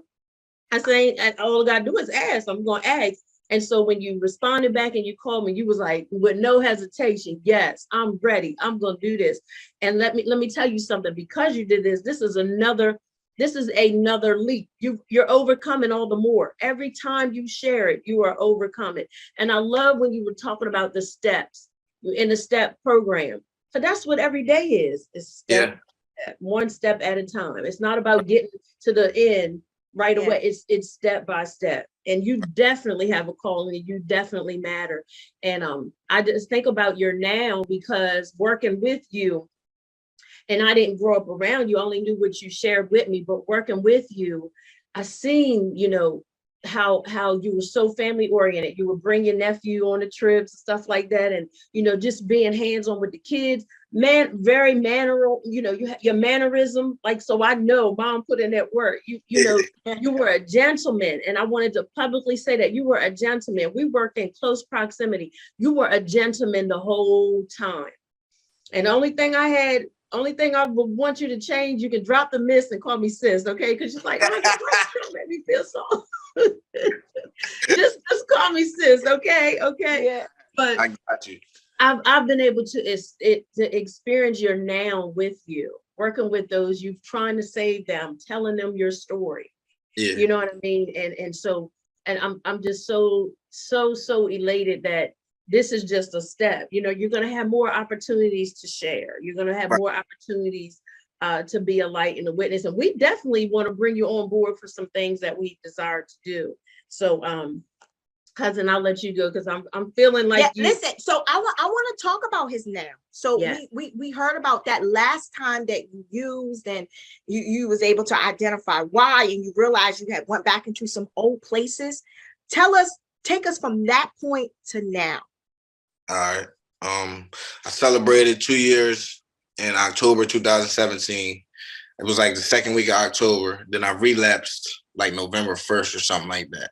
And my relapse was from November to December 6th. My last day using is December 6th. And I'll never forget it because, you know, I was going back and forth down 301, going to Delaware. And I was driving back. You know, it's like an hour, 45-minute drive. I'm driving back, no music. I had used, and I just was driving on the highway doing about 45 miles an hour, man, no music, with tears coming down my eyes, asking myself, how did I get here? I know how I got here because I know how I got the 2 years clean that I got, and I stopped doing what I was doing when I was in recovery. So I know how I got here. And I picked up the phone, I called my sponsor, and I'm like, man, listen, I'm driving back to Maryland. I need to move back in the recovery house. I give you my phone. I give you my car keys. I give you my wallet. I give you everything I got. And I mean, I don't want to do this no more. Like I'm ready to get back to being happy, you know, and loving myself again. And that's what I did. December 7th, I moved into recovery house. That was in 2017. I've been clean ever since. And I came back with the same intentions, man, of like going to meetings, going to IOP, getting a sponsor, doing step work, reading literature, reaching out. You know, I already had a network because I had some clean time before, and just taking it one day at a time, you know. And over the last 5 years, man, as y'all know, you know, I had a son who Man, on my worst days, clean, man. Like, you know, because life is not always easy. You know what I'm saying? Just because I got clean does not mean that every day is going to be great. And that doesn't mean that I'm not going to think about using. You know, I used to ask myself, like, man, with the clean time that I got, like, if I share about I want to get high, like, are people going to judge me? But at the end of the day, like, I'm a drug addict. I'm just in recovery. I got 5 years clean, so the thoughts still gonna come, but thoughts aren't facts. You know what I'm saying? Like, I can think about using, I just don't gotta act on it. And if I go into a meeting and I share about it, usually the thought goes away. And as long as I don't obsess about the thought, you know, think about it for a couple minutes. All right, come on, man. Like, we're not going back to that, you know, and keep it moving. But even on my worst days, man, like that little boy that's in the living room with my girlfriend right now, you talking about motivation. Of course, like, I did this for myself, right? Like, when I came in here this last time, I'm like, I'm not doing it for my mom. I'm not doing it for my friends. I'm not doing it for nobody but me. You know, I want to be clean. But today, like, it's not just about me. You know what I'm saying? Because like, I got to show up as a father, you know, as a friend, as a brother, as an employer, but most importantly, like, for him. Because y'all know, man, a lot of kids grow up without fathers. Yeah. And one thing that I'm not gonna let happen is Baby Dre grow up without his dad, or Baby Dre see his dad in active addiction, because he don't know that guy that was in active addiction, sticking needles in his arms and smoking crack. He's never seen that guy, and he don't have to. No, he doesn't. That's good stuff. Doesn't have to. And I honestly believe, man, that like where I'm at today in my life, like, as long as I continue to do the things I need to do, he's never going to see that person. Wow. I love that. I love that. And I got to see him before we got on. He was like, who's that? He's so cute. He is so cute. So let's share a little bit more about your support system, because we one of the things we were talking about earlier is a beautiful thing to have it. Everybody doesn't have it. And, you know, we wind it down, you know, to the end of the show, this interview, but to have that, as Cousin was saying, everybody doesn't have that. How does that make you feel? How does that make you feel? Makes me just feel loved, you know, and it also reminds me that, like, the things that my mind was telling me when I was in active addiction wasn't true. You know, that was just me being caught up in the grips, because I could easily say, like, oh, my family don't care about me. My family doesn't love me, so I'm gonna go get high. Like, nah, that wasn't the case, because as you can see, like, my family shows up. I got NA family that's not intermediate family, but I mean, they show up on a daily basis. When I celebrated 5 years clean, man, my family it was like 30 of them that came down here to drive 2 hours to Cambridge, Maryland, to sit in the church and listen to me share my story. Wow. And I truly believe that if it wasn't for my Narcotics Anonymous network, man, like, the guys in my network who I can get vulnerable with, it's been multiple dudes that I'm talking about, I've like real tears cried on their shoulders, or vice versa. And, you know, as men growing up or coming in Narcotics Anonymous, we got this mask on that, like, oh, we can't get vulnerable with another dude. We can't cry to, you know, they'll think we're soft, but like all that, for me, that was just a mask, man. Today, like, all my homeboys in Narcotics Anonymous to tell you that I go in the meeting, I share with them, I share in the meeting, I cry on their shoulders, I cry in the meeting, because, like, at the end of the day, I'm willing to do whatever it takes to get another day clean. Yeah. Yeah. Yeah. One day at a time, man. That's all we're required to do. That's it. When we try to live more than one day at a time, that's too much. Yeah. That's all. It's too weighty. It's too heavy. Even for those who are not struggling with addiction, all we are required to do is live one day at a time. That's it. One day at a time. And so just know, we encourage all of our listeners, just know if you have that support system, reach out to them. You know what I mean? You don't have to be islands. Yeah. I said, pick the phone up, call somebody. Exactly. You know, a lot of times people suffer in silence by choice, or pride gets in the way. And I'm glad that you even shared about, you know, men can cry, because when you don't shed tears, that keeps you prideful. But God is closest to those that are of a contrite spirit, a broken heart. That's when God, because that's saying, okay, I can get in. It's like breaking up that fallow ground of the heart. God can really get in. And that's all he wants. That's what he wants for all of us, just to be able to come in and love on us and show us that we have purpose. He has need of us. And so we're so, again, elated that you shared this time with us, and all those that are on here. Anything you want to say that we didn't add, anything you want to share to any of those that are listening right now or may come back and see this later, anything you want to say, you have that liberty to do so. Just want to let everybody know it's possible, man. I say that because when I was in my active addiction, I didn't think I could get a day clean. And like today I sit here with 5 years. So if I can do it, anybody can. You just gotta open up. You gotta get vulnerable. You gotta call somebody. You gotta ask for help. Because the longer you stay quiet, the worse it's gonna get. And I'm saying that with experience, because there were so many times, man, where I wanted to reach out for help, or I wanted to cry out for help, but I didn't want to be judged, or I didn't want to be called a dope fiend or a crackhead or a junkie. But at the end of the day, like, my pride was getting in the way. Because if I would have reached out earlier, thankfully, I'm glad I went through what I went through. But because like you said, there's a lot of people out here dying who didn't reach out. I don't know, I'm ready to bring my son in here real quick. Okay. I want you to bring your son in, and I want to share this with you before you go get your son. I heard you say, I'm just a drug addict in recovery. Right? That's not who you are. Yeah. I want you to hear what I'm saying. That's not who you are. That's who you used to be. Right.